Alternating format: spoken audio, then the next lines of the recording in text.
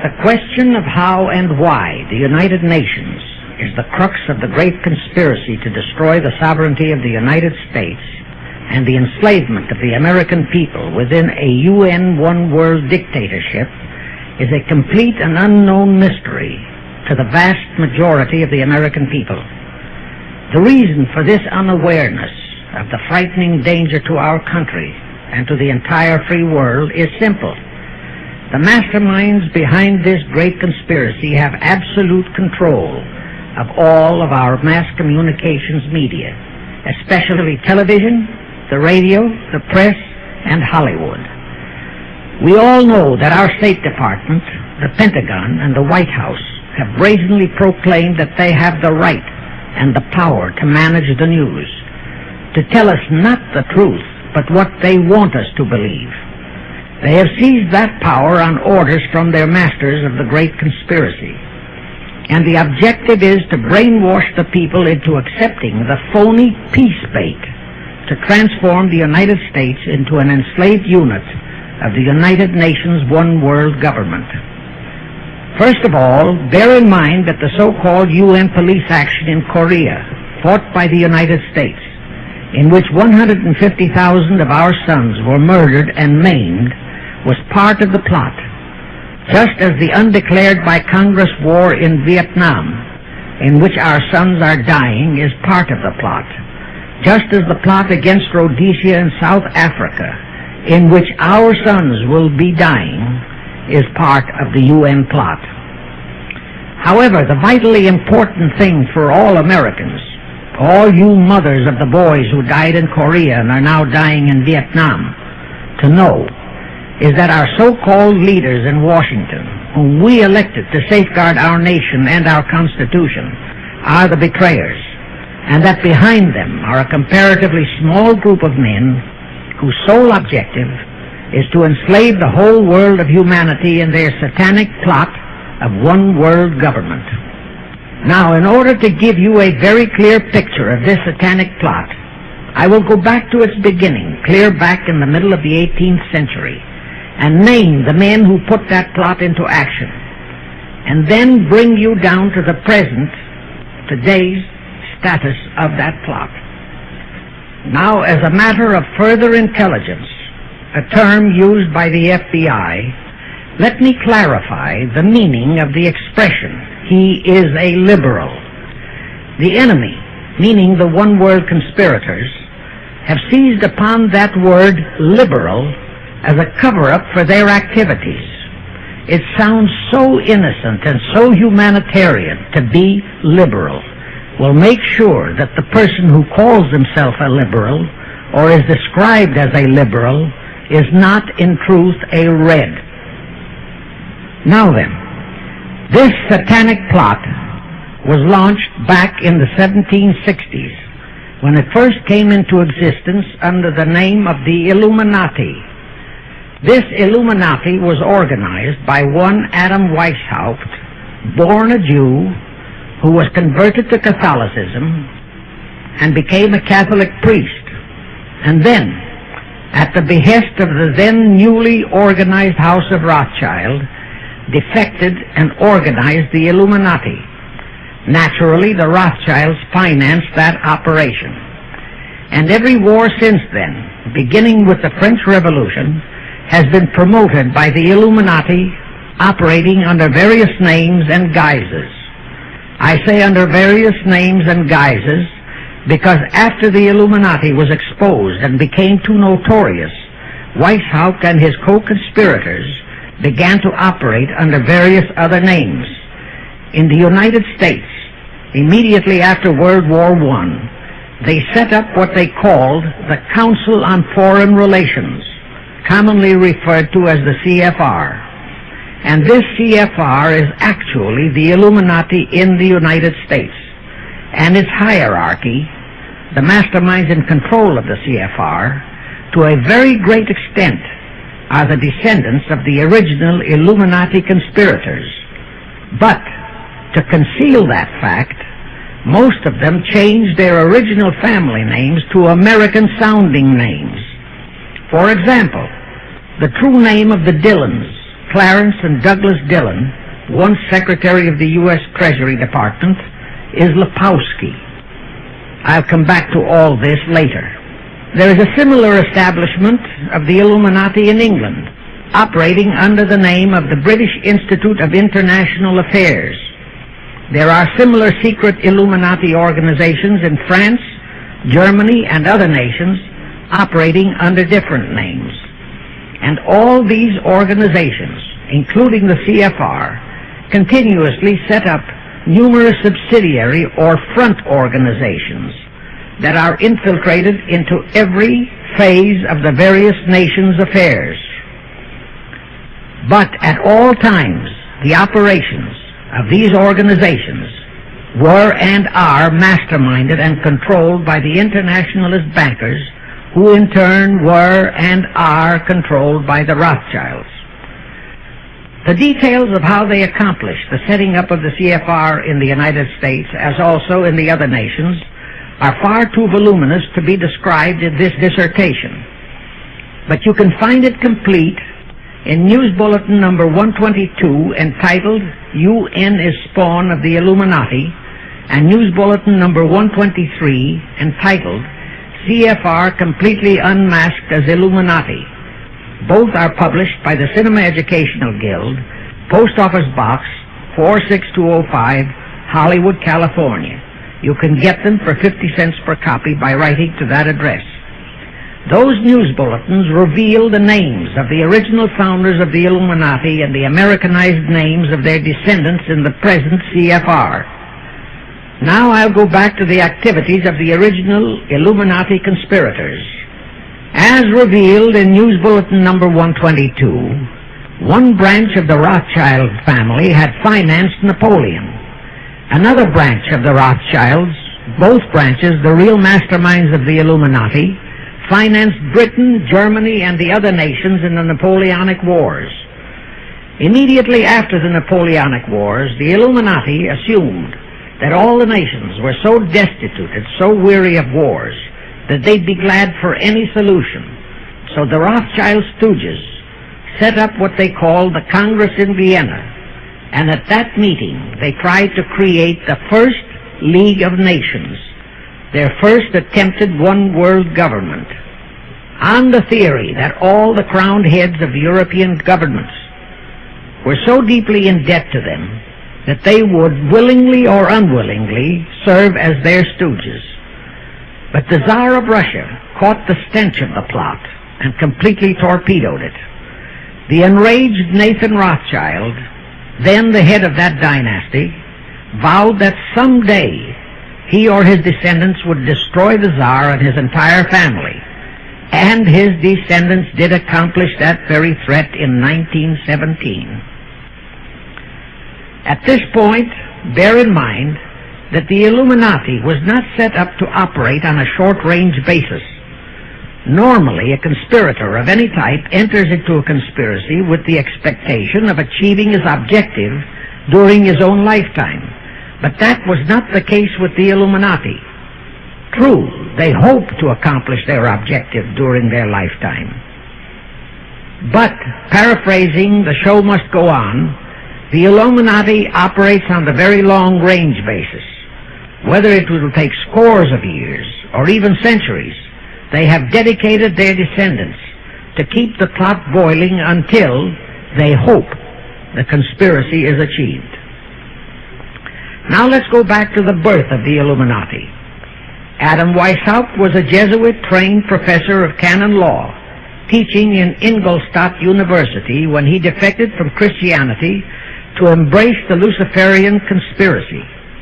It was in 1770 that the professional moneylenders, the then recently organized House of Rothschild, retained him to revise and modernize the age-old protocols of Zionism, which from the outset was designed to give the Synagogue of Satan, so named by Jesus Christ, ultimate world domination, so they could impose the Luciferian ideology upon what would remain of the human race after the final social cataclysm by use of satanic despotism. Weishaupt completed his task May 1st, 1776. Now you know why May 1 is the great day with all communist nations to this very day. That was the day, May 1, 1776, that Weishaupt completed his plan and officially organized the Illuminati to put the plan into execution. That plan required the destruction of all existing governments and religions. That objective was to be reached by dividing the masses of people whom he, Weishaupt, termed Goyim, or human cattle, into opposing camps in ever-increasing numbers on political, social, economic, and other issues, the very conditions we have in our country today. The opposing sides were then to be armed and incidents provided which would cause them to fight and weaken themselves and gradually destroy national governments and religious institutions. Again, I say, the very conditions in the world today. And at this point, let me stress a prime feature of the Illuminati plans. When and if their blueprint for world control, the Protocols of the Elders of Zion, is discovered and exposed, they would wipe all the Jews off the face of the earth in order to divert suspicions from themselves. If you think this is far-fetched, bear in mind that they permitted Hitler, a liberal socialist himself, who was financed by Krupp, Kennedy, the Warburgs, and the Rothschilds, to incinerate 600,000 Jews. Now, just why did the conspirators choose the word Illuminati for their satanic organization? Weishaupt himself said that the word is derived from Lucifer and means holders of the light, using the lie that his objective was to bring about a one-world government to enable those with mental ability to govern the world and prevent all wars in the future. In short, using the word peace on earth as his bait, exactly as that same bait, peace, was used by the 1945 conspirators to foist the United Nations on us. Weishaupt, financed, I repeat, by the Rothschilds, recruited some 2,000 paid followers. These included the most intelligent men in the fields of arts and letters, education, the sciences, finance, and industry. He then established lodges of the Grand Orient, Masonic lodges, to be their secret headquarters. And I again repeat that in all of this, he was acting under orders from the House of Rothschild. The main features of the Weishaupt plan of operation required his Illuminati to do the following things to help them to accomplish their purpose. Number one, use monetary and sex bribery to obtain control of men already in high places in the various levels of all governments and other fields of endeavor. Once influential persons had fallen for the lies, deceits, and temptations of the Illuminati, they were to be held in bondage by application of political and other forms of blackmail, threats of financial ruin, public exposure and physical harm, even death, to themselves and loved members of their families. Do you realize how many present top officials in our federal government in Washington are controlled in just that way by the CFR? Do you realize how many homosexuals in our State Department, the Pentagon, all federal agencies, even in the White House, are controlled that way? Number two, Illuminati on the faculties of colleges and universities were to cultivate students possessing exceptional mental ability, belonging to well-bred families with international leanings, and recommend them for special training in internationalism. Such training was to be provided by granting scholarships to those selected by the Illuminists. That gives you an idea what a Rhodes Scholarship means. It means indoctrination into accepting the idea that only a one-world government can put an end to recurring wars and strife. That's how the United Nations was sold to the American people. One of the most notable Rhodes Scholars we have in our country is Senator William J. Fulbright, sometimes referred to as Half-Bright. His entire voting record spells Illuminati. All such scholars were to be first persuaded and then convinced that men of special talent and brains have the right to rule those less gifted, on the ground that the masses don't know what is best for them physically, mentally, and spiritually. In addition to the Rhodes and similar scholarships, today there are 3 special Illuminati schools located in Gordonstown in Scotland, Salem in Germany, and Anavryta in Greece. These 3 are known ones, but there are others that are kept undercover. Prince Philip, the husband of Britain's Queen Elizabeth, was educated at Gordonstown at the instigation of Lord Louis Mountbatten, his uncle, a Rothschild relative who became Britain's admiral of the fleet after World War II ended. Number 3, all influential people trapped into coming under the control of the Illuminati, plus the students who had been specially educated and trained, were to be used as agents and placed behind the scenes of all governments as experts and specialists, so they would advise the top executives to adopt policies which would, in the long run, serve the secret plans of the Illuminati one-world conspiracy and bring about the destruction of the governments and religions they were elected or appointed to serve. Do you know how many such men operate in our government at this very time? Rusk, McNamara, Hubert Humphrey, Fulbright, Keitel, and go on and on and on.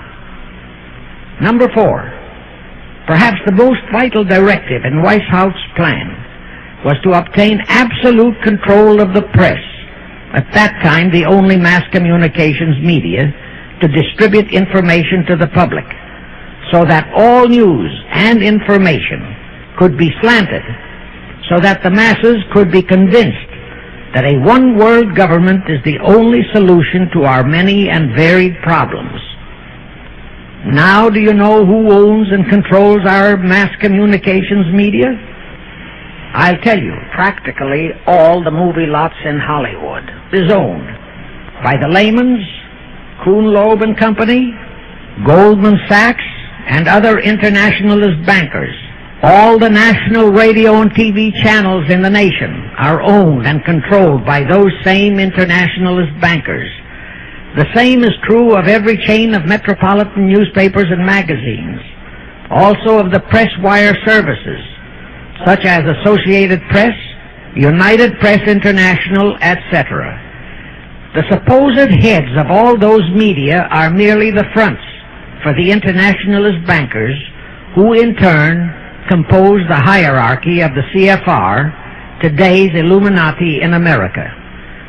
Now can you understand why the Pentagon's press agent Sylvester so brazenly proclaimed that the government has the right to lie to the people?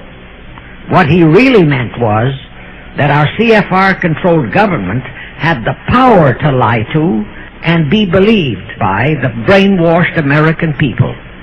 And let's again go back to the first days of the Illuminati.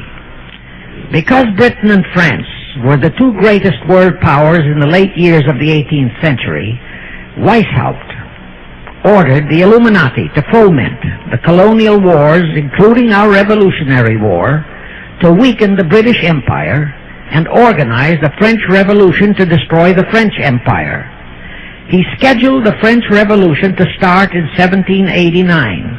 However, in 1784, a true act of God placed the Bavarian government in possession of evidence which proved the existence of the Illuminati, and that evidence could have saved France if they, the French government, hadn't refused to believe it. Here is how that act of God happened. It was in 1874 that Weishaupt issued his orders for the French Revolution. A German writer named Zwack put it into book form. It contained the entire Illuminati story and Weishaupt's plans. A copy of this book was sent to the Illuminists in France, headed by Robespierre, whom Weishaupt had delegated to foment the French Revolution. The courier was struck and killed by lightning as he rode through Ralston on his way from Frankfurt to Paris. The police found the subversive documents on his body and turned them over to the proper authorities. After careful study of the plot, the Bavarian government ordered the police to raid Weishaupt's newly organized lodges of the Grand Orient and the homes of his most influential associates. All additional evidence thus discovered convinced the authorities the documents were genuine copies of the conspiracy by which the Illuminati planned to use wars and revolutions to bring about the establishment of a one-world government, the powers of which they, headed by the Rothschilds, intended to usurp as soon as it was established. Exactly in line with the United Nations plot of today. In 1785, the Bavarian government outlawed the Illuminati and closed the lodges of the Grand Orient. In 1786, they published all the details of the conspiracy. The English title of that publication is The Original Writings of the Order and Sect of the Illuminati. Copies of the entire conspiracy were sent to all the heads of church and state in Europe. But the power of the Illuminati, which was actually the power of the Rothschilds, was so great that this warning was ignored. Nevertheless, Illuminati became a dirty word, and it went underground. At the same time, Weishaupt ordered Illuminists to infiltrate into the lodges of Blue Masonry and form their own secret societies within all secret societies. Only Masons who proved themselves internationalists and those whose conduct proved they had defected from God were initiated into the Illuminati. Thenceforth, the conspirators donned the cloak of philanthropy and humanitarianism to conceal their revolutionary and subversive activities. In order to infiltrate into Masonic lodges in Britain, Weishaupt invited John Robison over to Europe. Robison was a high-degree Mason in the Scottish Rite. He was a professor of natural philosophy at Edinburgh University and secretary of the Royal Society of Edinburgh.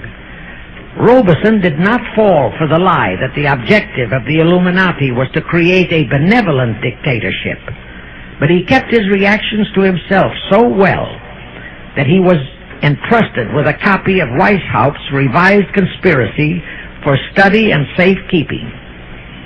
Anyway, because the heads of state and church in France were deluded into ignoring the warnings given them, the revolution broke out in 1789 as scheduled by Weishaupt. In order to alert other governments to their danger, in 1798 Robison published a book entitled Proof of a Conspiracy to Destroy All Governments and Religions. But his warnings were ignored, exactly as our American people have been ignoring all warnings about the United Nations and the Council on Foreign Relations, the CFR. Here is something that will stun and very likely outrage many who hear this. But there is documentary proof that our own Thomas Jefferson and Alexander Hamilton became students of Weishaupt's. Jefferson was one of Weishaupt's strongest defenders when he was outlawed by his government. And it was Jefferson who infiltrated the Illuminati into the then newly organized lodges of the Scottish Rite in New England. Here is the proof. In 1789, John Robison warned all Masonic leaders in America that the Illuminati had infiltrated into their lodges. And on July 19, 1789, David Papin, president of Harvard University, issued the same warning to the graduating class and lectured them on the influence Illuminism was acquiring on American politics and religion. And to top it off, John Quincy Adams, who had organized the New England Masonic Lodges, issued his warnings. He wrote 3 letters to Colonel William L. Stone, a top Mason, in which he exposed how Jefferson was using Masonic lodges for subversive, Illuministic purposes. Those 3 letters are at this very time in Wittenberg Square Library in Philadelphia. In short, Jefferson, founder of the Democratic Party, was a member of the Illuminati, which at least partly accounts for the condition of the party at this time. And through infiltrations of the Republican Party, we have exactly nothing of loyal Americanism today. That disastrous rebuff at the Congress at Vienna, created by the Tsar of Russia, did not by any means destroy the Illuminati conspiracy. It merely forced them to adopt a new strategy.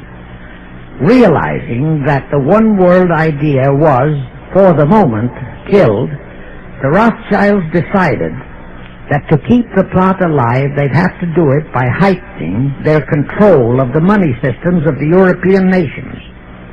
Earlier, by a ruse, the outcome of the Battle of Waterloo had been falsified. Rothschild had spread a story that Napoleon had won that battle. That had precipitated a terrific panic on the stock market in England. All stocks had plummeted down to practically zero, and Nathan Rothschild bought all the stocks for virtually a penny on its dollar values. That gave him complete control of the economy of Britain and virtually of all Europe. So immediately after that Congress in Vienna had boomeranged, Rothschild forced Britain to set up a new Bank of England, which he absolutely controlled. Exactly as later, through Jacob Schiff, he engineered our own Federal Reserve Act, which gave the House of Rothschild a secret control of the economy in the United States. But now for a moment, let's dwell on the activities of the Illuminati in the United States. In 1826, one Captain William Morgan decided it was his duty to inform all Masons and the general public what the full truth was regarding the Illuminati, their secret plans and intended objectives. Also reveal the identities of the masterminds of the conspiracy. The Illuminati promptly tried Morgan in absentia and convicted him of treason. They ordered one Richard Howard, an English Illuminist, to carry out their sentence of execution as a traitor. Morgan was warned and he tried to escape to Canada, but Howard caught up with him near the border, near the Niagara Gorge to be exact, where he murdered him. This was verified in a sworn statement made in New York by one Avery Allen to the effect that he heard Howard render his report of the execution to a meeting of Knights Templars in St. John's Hall, New York. He also told how arrangements had been made to ship Howard back to England. That Allen affidavit is on record in New York City archives. Very few Masons and very few of the general public know that general disapproval over that incident of murder caused approximately half of all the Masons in the northern jurisdiction of the United States to secede. Copies of the minutes of the meeting held to discuss that matter are still in existence in safe hands, and that all that secrecy emphasizes the power of the masterminds of the Illuminati to prevent such terrible events of history from being taught in our schools.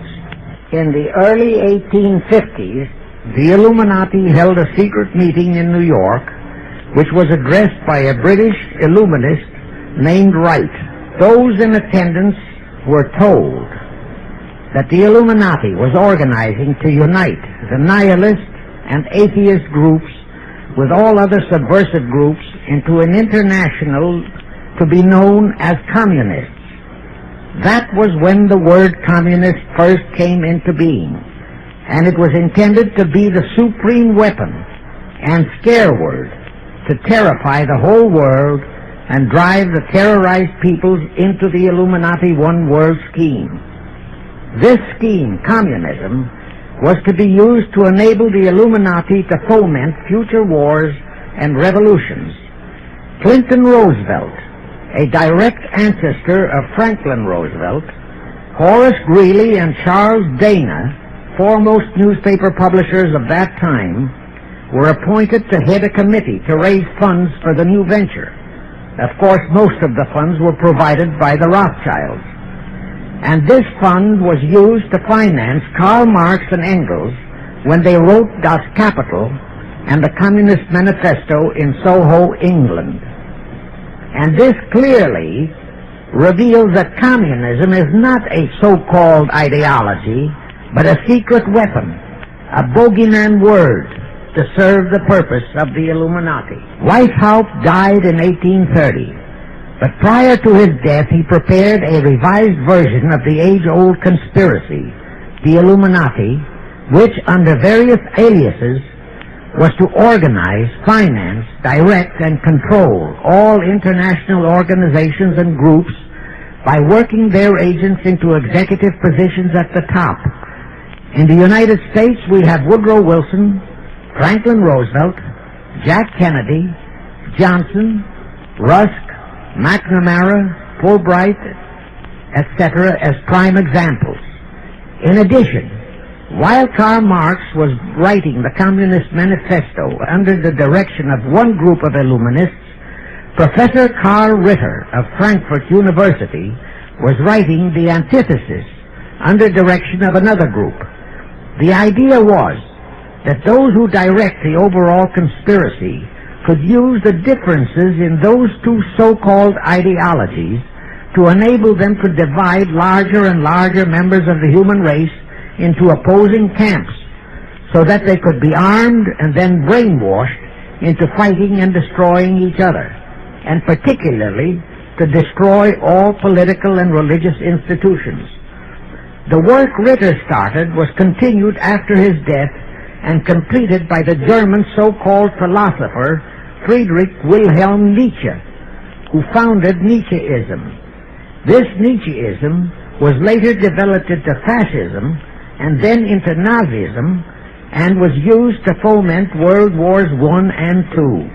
In 1834, the Italian revolutionary leader Giuseppe Mazzini was selected by the Illuminati to direct their revolutionary program throughout the world.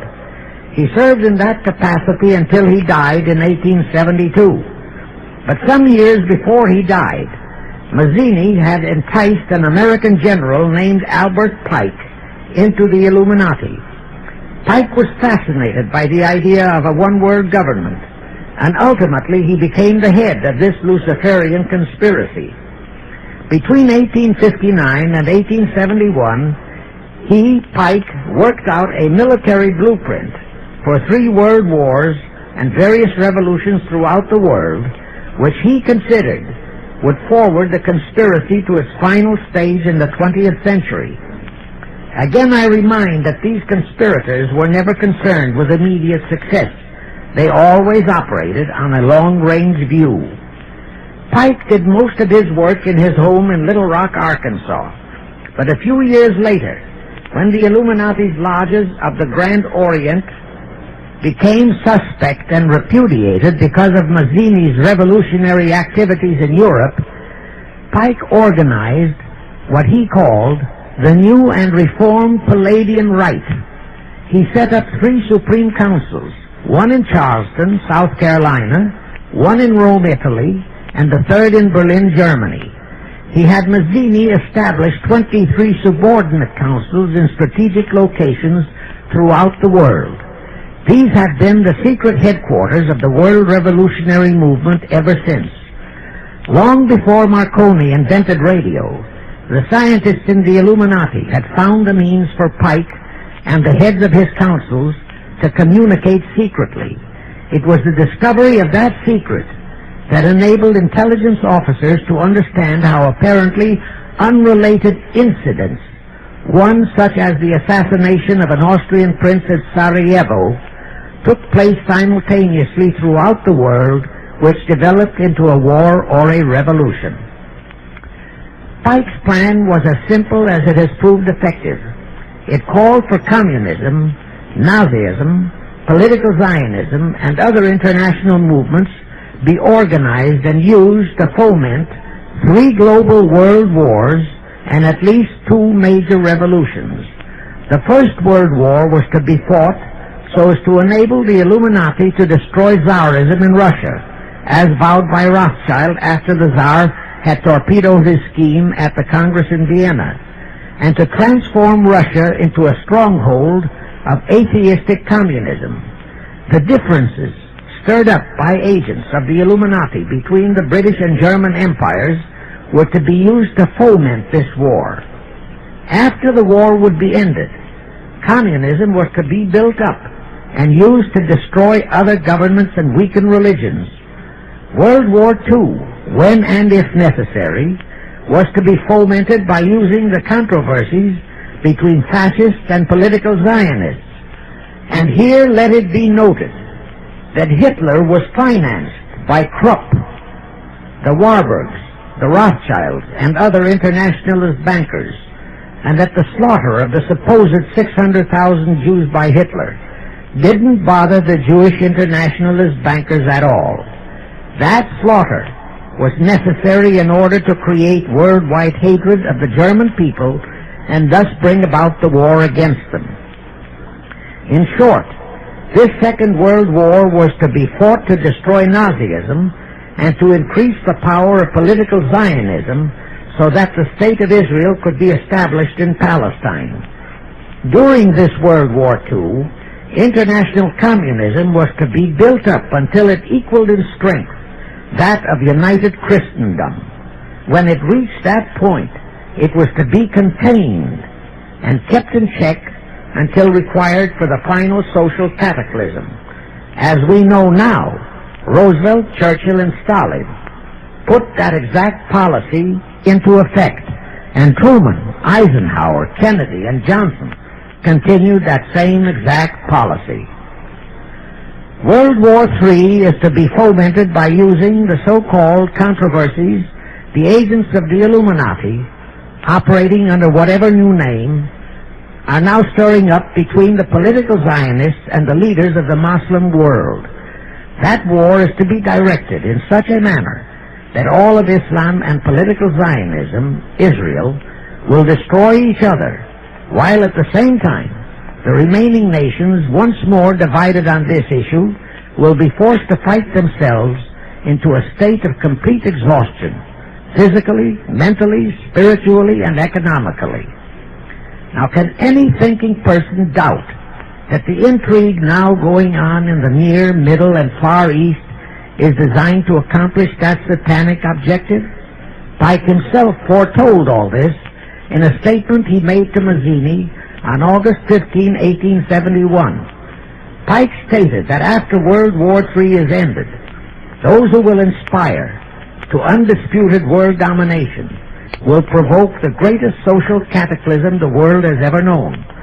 Quoting his own words, taken from the letter he wrote to Mazzini, and which letter is now catalogued in the British Museum in London, England, he said, "We shall unleash the nihilists and the atheists, and we shall provoke a great social cataclysm which in all its horror will show clearly to all nations the effect of absolute atheism, the origin of savagery and of most bloody turmoil. Then everywhere the people forced to defend themselves against the world minority of revolutionaries will exterminate those destroyers of civilization, and the multitudes disillusioned with Christianity, whose deistic spirits will be from that moment on without direction and leadership, and anxious for an ideal but without knowledge where to send its adoration, will receive the true light through the universal manifestation of the pure doctrine of Lucifer, brought finally out into public view, a manifestation which will result from a general reactionary movement which will follow the destruction of Christianity and atheism, both conquered and exterminated at the same time." When Mazzini died in 1872, Pike made another Italian revolutionary leader named Adrian Lemmy his successor. Lemmy, in turn, was succeeded by Lenin and Trotsky, then by Stalin. The revolutionary activities of all those men were financed by British, French, German, and American international bankers, all of them dominated by the House of Rothschild. We are supposed to believe that the international bankers of today, like the money changers of Christ's day, are only the tools or agents of the great conspiracy, but actually they are the masterminds behind all of it. While the general public has been brainwashed by all the mass communications media into believing that communism is a movement of the so-called workers, the actual fact is that both British and American intelligence officers have authentic documentary evidence that international liberals operating through their international banking houses, particularly the House of Rothschild, have financed both sides in every war and revolution since 1776. Those who today comprise the conspiracy, the CFR in the United States, direct our governments, whom they hold in usury through such methods as the Federal Reserve System in America, to fight wars such as Vietnam, created by the United Nations, so as to further Pike's Illuminati plans to bring the world to that stage of the conspiracy when atheistic communism and the whole of Christianity can be forced into an all-out Third World War within each remaining nation, as well as on an international scale. The headquarters of the great conspiracy in the late 1700s was in Frankfurt, Germany, where the House of Rothschild had been established by Mayer Anschelm, who adopted the Rothschild name and linked together other international financiers who had literally sold their souls to the devil. After the Bavarian government's exposure in 1786, the conspirators moved their headquarters to Switzerland, then to London. Since World War II, after Jacob Schiff, the Rothschild's boy in America, died, the headquarters of the American branch has been in the Harold Pratt Building, New York, and the Rockefellers, originally protégés of Schiff, have taken over the manipulation of finances in America for the Illuminati. In the final phases of the conspiracy, the one-world government will consist of the king dictator, head of the United Nations, the CFR, and a few billionaires, economists, and scientists who have proved their devotion to the great conspiracy. All others are to be integrated into a vast conglomeration of mongrelized humanity, actually slaves. Now let me show you how our federal government and the American people have been sucked into the one-world takeover plot of the Illuminati great conspiracy. And always bear in mind that the United Nations was created to become the housing for that one-world so-called liberal conspiracy. The real foundations of the plot for the takeover of the United States were laid during the period of our Civil War. Not that Weishaupt and the earlier masterminds had ever overlooked the New World. As I have previously indicated, Weishaupt had his agents planted over here as far back as the Revolutionary War. But George Washington was more than a match for them. It was during the Civil War that the conspirators launched their first concrete efforts. We know that Judah Benjamin, chief advisor of Jefferson Davis, was a Rothschild agent. We also know that there were Rothschild agents planted in Abraham Lincoln's cabinet who tried to sell him into a financial dealing with the House of Rothschild. But old Abe saw through the scheme and bluntly rejected it, thereby incurring the undying enmity of the Rothschilds, exactly as the Russian Tsar did when he torpedoed their first League of Nations at the Congress in Vienna. Investigation of the assassination of Lincoln revealed that the assassin, Booth, was a member of a secret conspiratorial group. Because there were a number of highly important government officials involved, The name of the group was never revealed, and it became a mystery, exactly as the assassination of Jack Kennedy still is a mystery.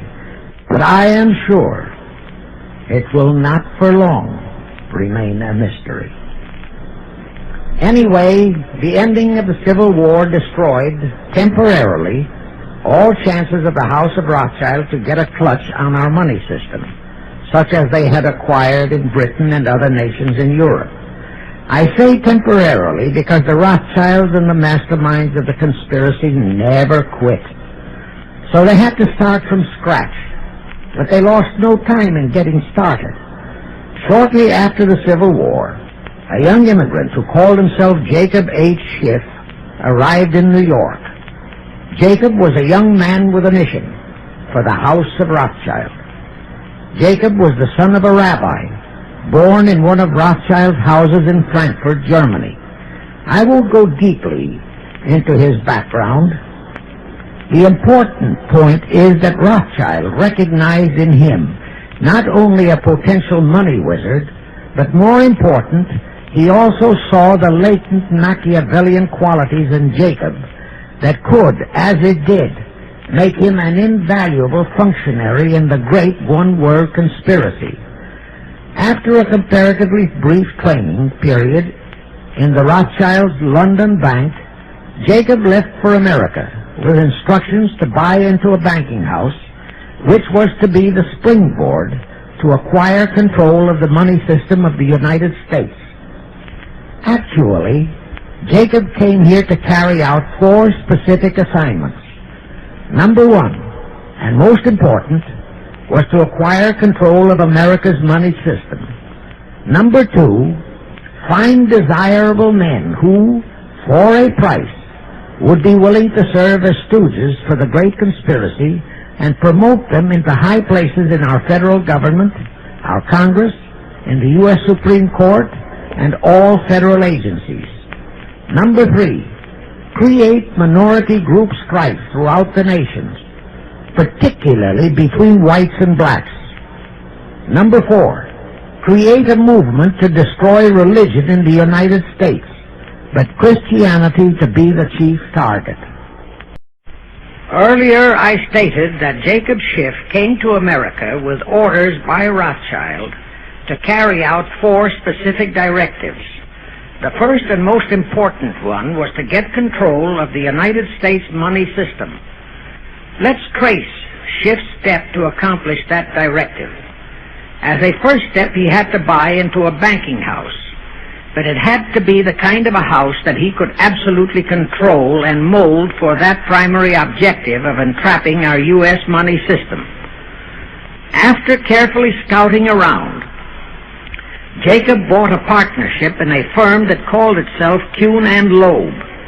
Like Schiff, Kuhn and Loeb were immigrants from German Jewish ghettos. They came to the United States in the mid-1840s. Both started their business careers as itinerant pack peddlers. In the early 1850s, they pooled their interests and set up a merchandising store in Lafayette, Indiana, under the firm name of Kuhn and Loeb, servicing the covered wagon settlers on their way west. In the years that followed, they set up similar stores in Cincinnati and St. Louis. Then they added pawnbroking to their merchandising pursuits. From that to money lending was a short and quick step.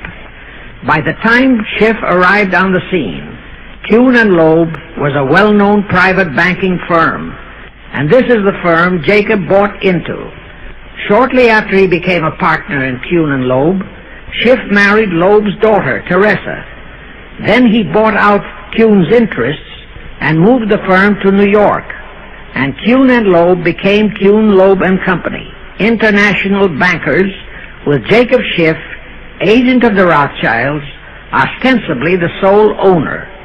And throughout his career, this blend of Judas and Machiavelli, the first hierarch of the Illuminati, great conspiracy in America, posed as a generous philanthropist and a man of great holiness, the cover-up policy set forth by the Illuminati.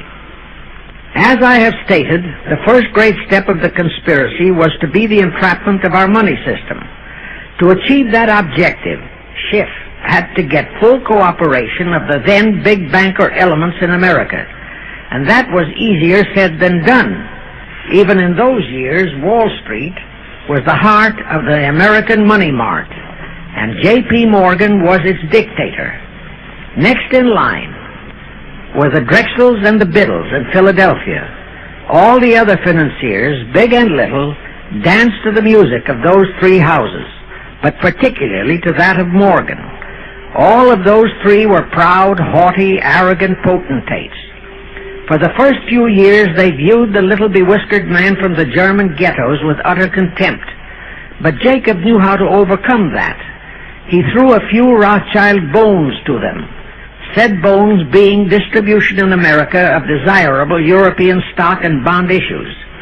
Then he discovered he had a still more potent weapon in his hands in the following. It was in the decades following our Civil War that our industries began to burgeon.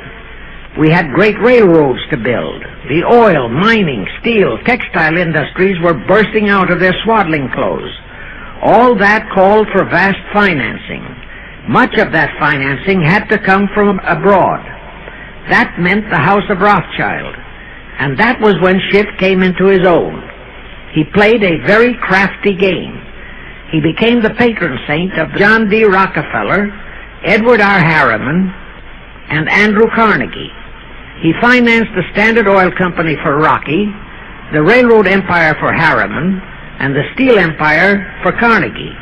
But instead of hogging all the other industries for Kuhn Loeb and Company, he opened the doors of the House of Rothschild to Morgan, Biddle, and Drexel. In turn, Rothschild arranged the setting up of London, Paris, European, and other branches for those three, but always in partnerships with Rothschild subordinates. And Rothschild made it very clear to all those men that Schiff was to be the boss in New York. Thus, at the turn of the century, Schiff had a tight control of the entire banking fraternity on Wall Street, which by then, with Schiff's help, included Lehman Brothers, Goldman Sachs, and other internationalist banks, headed by men chosen by the Rothschilds. In short, that meant control of the nation's money powers, and he was then ready for the giant step, the entrapment of our national money system. Now, under our Constitution, all control of our money system is vested solely in our Congress. Schiff's next important step was to seduce our Congress to betray that constitutional edict by surrendering that control to the hierarchy of the Illuminati's great conspiracy. In order to legalize that surrender and thus make the people powerless to resist it, it would be necessary to have Congress enact special legislation. To accomplish that, Schiff would have to infiltrate stooges into both houses of Congress, stooges powerful enough to railroad Congress into passing such legislation. Equally, or even more important, he would have to plant a stooge in the White House, a president without integrity and without scruples, who would sign that legislation into law. To accomplish that, he had to get control of either the Republican or the Democratic Party. The Democratic Party was the more vulnerable. It was the hungrier of the two parties. Except for Grover Cleveland, the Democrats had been unable to land one of their men in the White House since before the Civil War. There were two reasons for that. Number one, poverty of the party. Number two, there were considerably more Republican-minded voters than Democrats. The poverty matter was not a great problem, but the voter problem was a different story. But as I previously said, Schiff was a smart cookie. Here is the atrocious and murderous method he employed to solve that voter problem. His solution emphasizes how very little the Jewish internationalist bankers care about their own racial brethren, as you shall see. Suddenly, around 1890, there broke out a nationwide series of pogroms in Russia.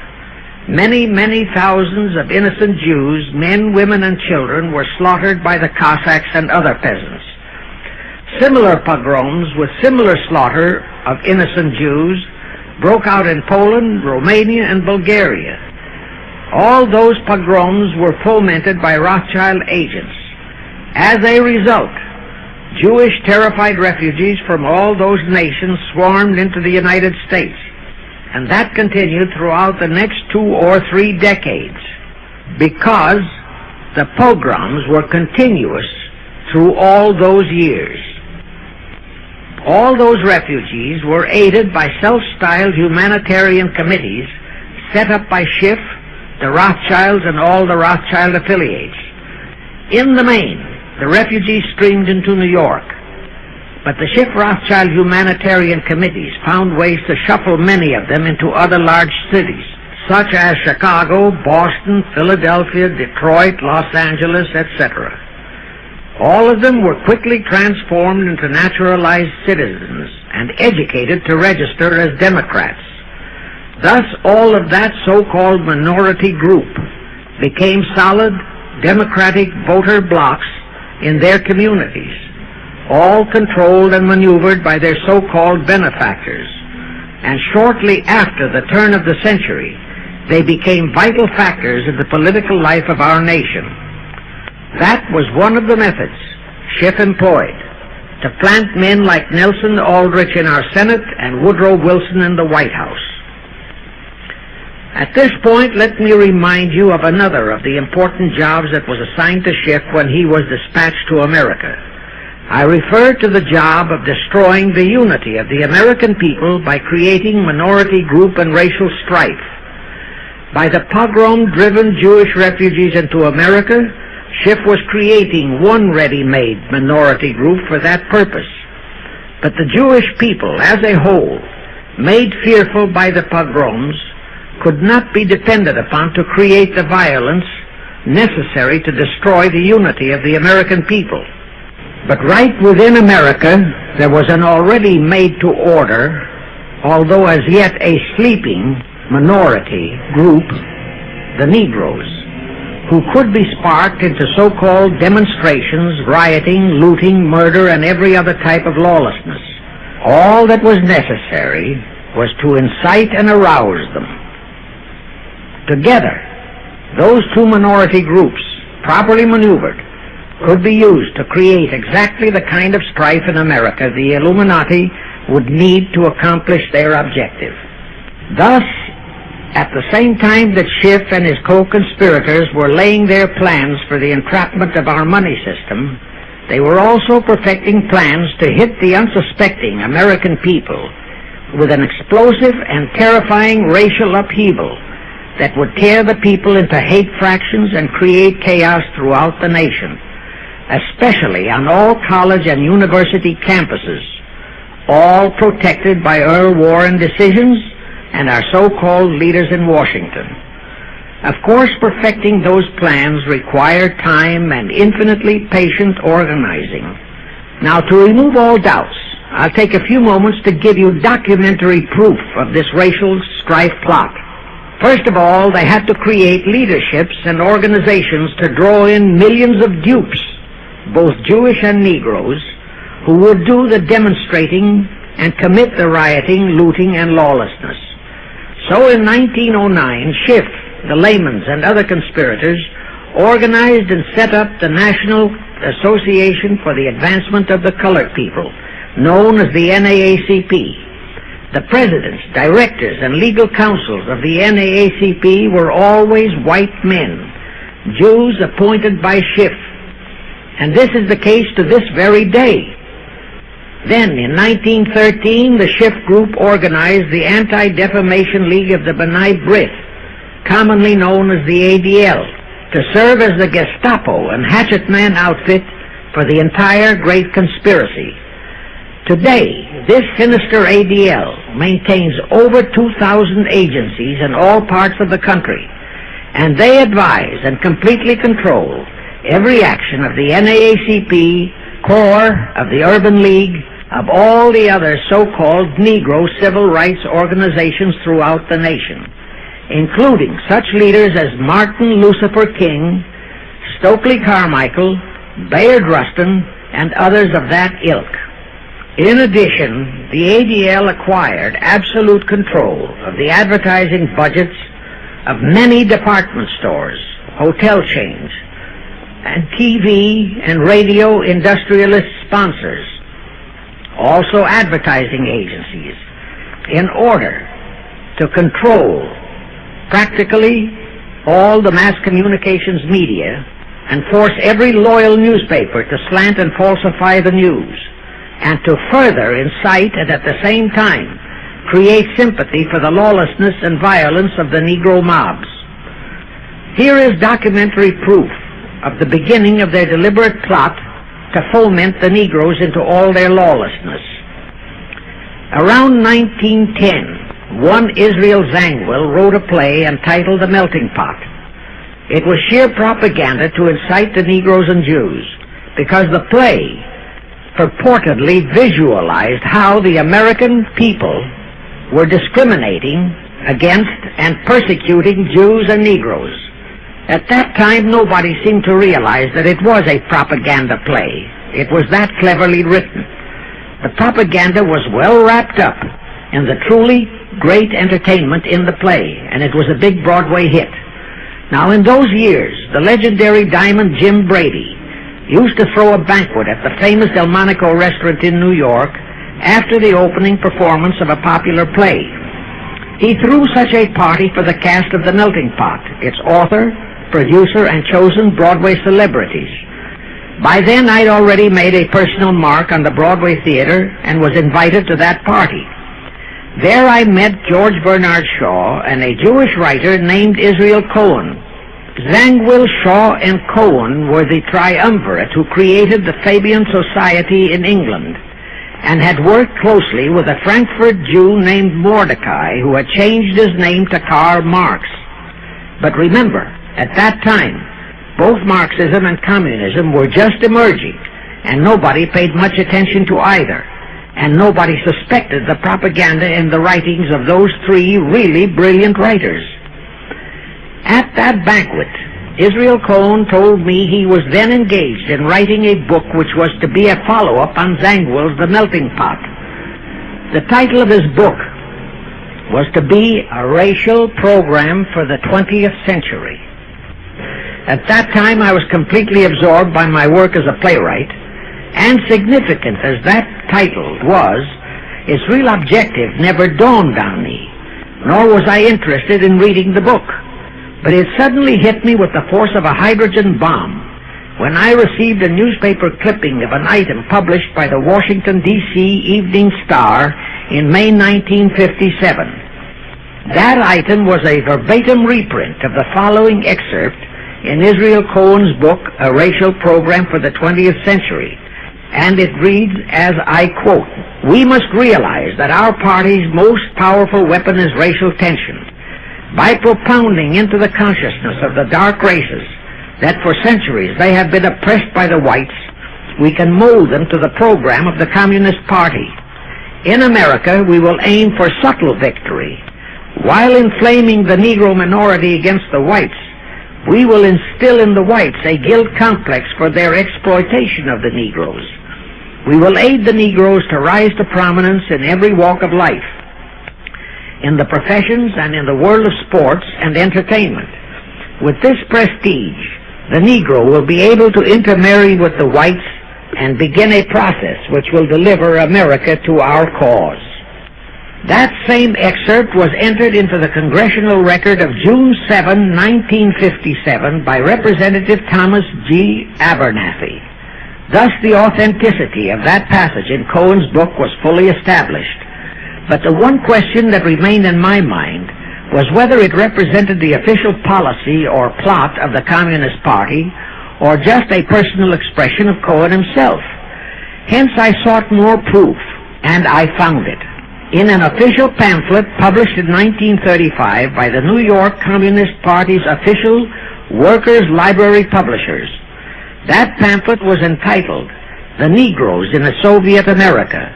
It urged the Negroes to rise up, form a Soviet state in the South, and apply for admission to the Soviet Union. It contained a firm pledge that the revolt would be supported by all American Reds and all so-called liberals.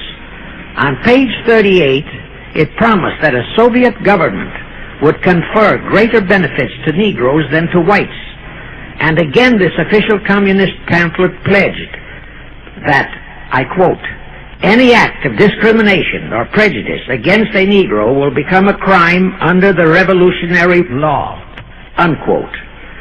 That statement proved that the excerpt in Israel Cohen's book, published in 1913, was an official edict of the Communist Party and directly in line with the Illuminati blueprint for world revolution issued by Weishaupt and later by Albert Pike. Now there's only one question, and that is to prove that the communist regime is directly controlled by the American Jacob Schiff and London Rothschild masterminds of the Great Conspiracy. A little later, I will provide that proof that will remove even a remote doubt that the Communist Party as we know it was created by those masterminds, capitalists if you will note, that Schiff, the Warburgs, and the Rothschilds planned and financed the entire Russian Revolution, also the murder of the Tsar and his family, and that Lenin, Trotsky, and Stalin took their orders directly from Schiff and the other capitalists whom they supposedly are fighting. Now can you see why the vile Earl Warren and his equally vile co-Supreme Court justices issued that infamous and treasonous desegregation decision in 1954? It was to aid and abet the plot of the Illuminati conspirators to create tension and strife between Negroes and whites. Can you see why the same Earl Warren issued his decision prohibiting Christian prayers and Christmas carols in our schools? It was done to destroy Christianity. Can you see why Eisenhower, despite all the rigid constitutional prohibitions, sent federal troops into a southern state to enforce the desegregation decision? Why Kennedy did likewise? And can you see why Johnson and 66 senators, despite the protests of 90% of the American people, voted for the Consular Treaty, which opens our entire country to Russian spies and saboteurs? All those 66 senators are 20th century Benedict Arnolds. It is up to you and you, all of the American people, to force Congress, our elected servants, to haul in those American traitors for impeachments, and that when proven guilty, they all be given the punishment prescribed for traitors who aid and abet our enemies.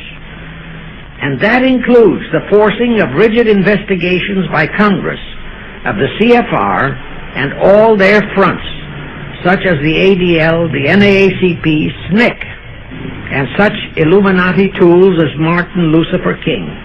Such investigations will completely unmask all the leaders in Washington and the Illuminati and all their affiliations and affiliates as traitors carrying out the Illuminati plot.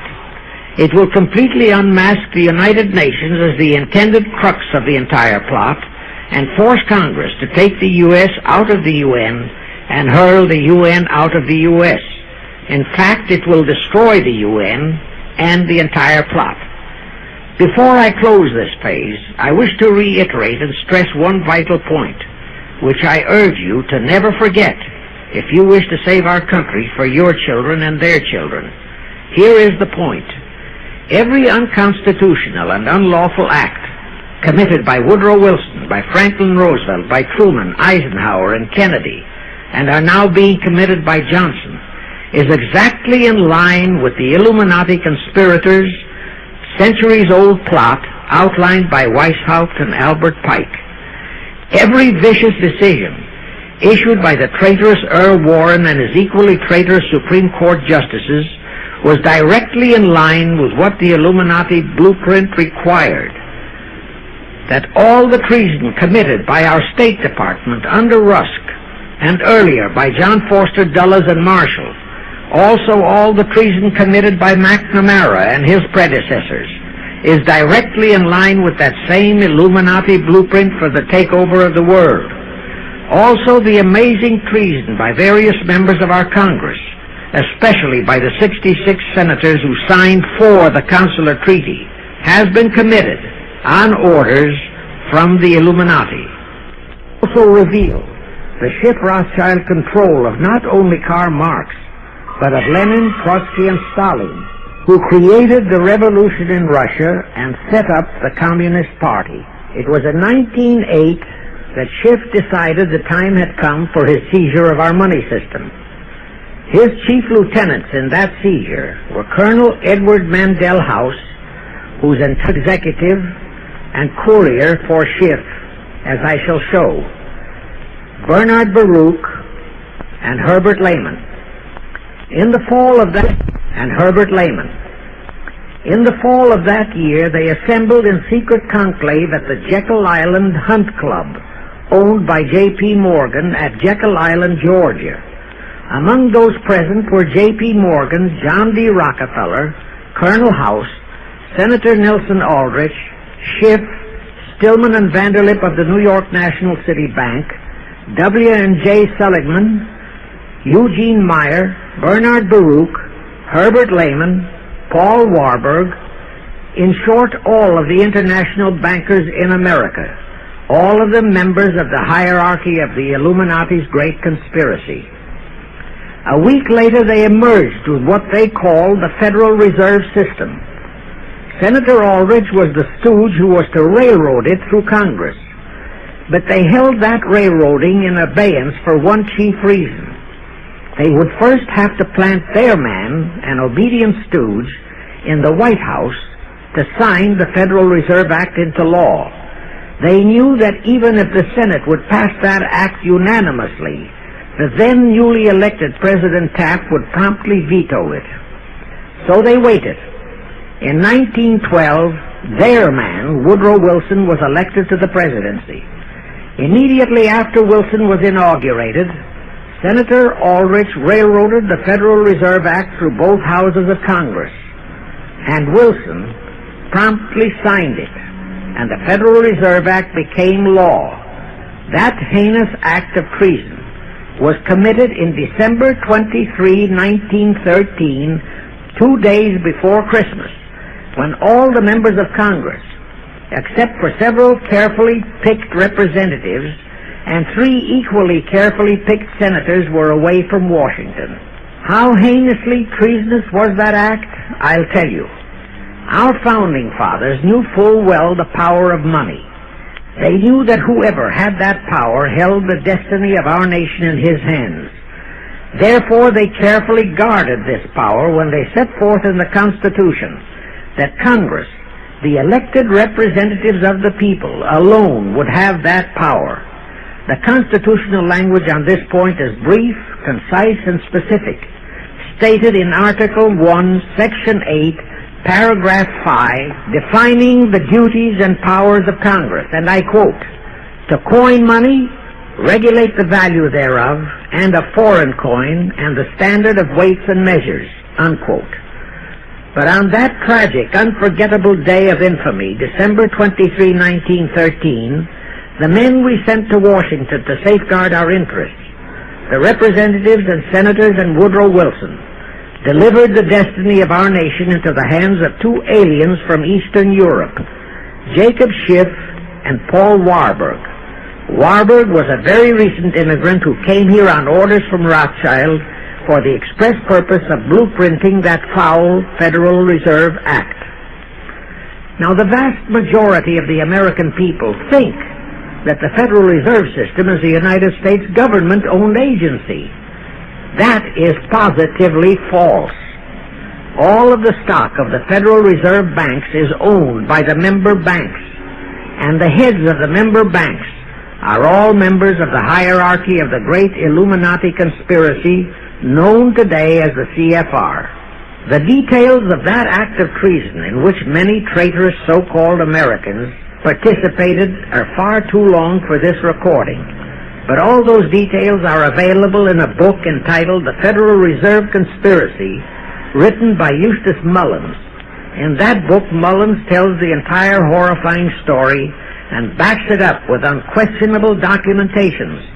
Aside from it being a truly fascinating and shocking story of that great betrayal, every American should read it as a matter of vital intelligence for the time when the whole American people will finally come awake and smash the entire conspiracy. And with God's help, that awakening will surely come. You can get a copy of that book from the publishers, the Christian Educational Association, 530 Chestnut Street, Union, New Jersey. Now, if you think that those aliens and their by accident of birth American co-conspirators would be content with just the control of our money system, you're in for another very sad shock. The Federal Reserve System gave the conspirators complete control of our money system, but it in no way touched the earnings of the people, because the Constitution positively forbids what is now known as the 20% withholding tax.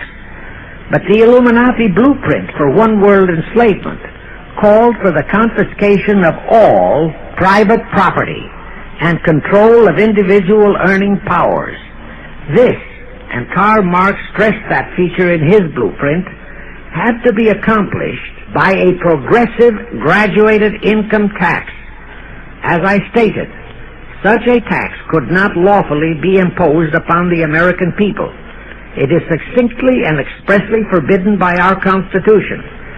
Thus, only an amendment to the Constitution could give the federal government such confiscatory powers. Well, that too was not an insurmountable problem for our Machiavellian plotters. The same elected leaders in both houses of Congress and the same Mr. Woodrow Wilson, who signed the infamous Federal Reserve Act into law, amended the Constitution to make the federal income tax, known as the 16th Amendment, a law of the land. Both are illegal under our Constitution. In short, the same traitors signed both betrayals, the Federal Reserve Act and the 16th Amendment, into law.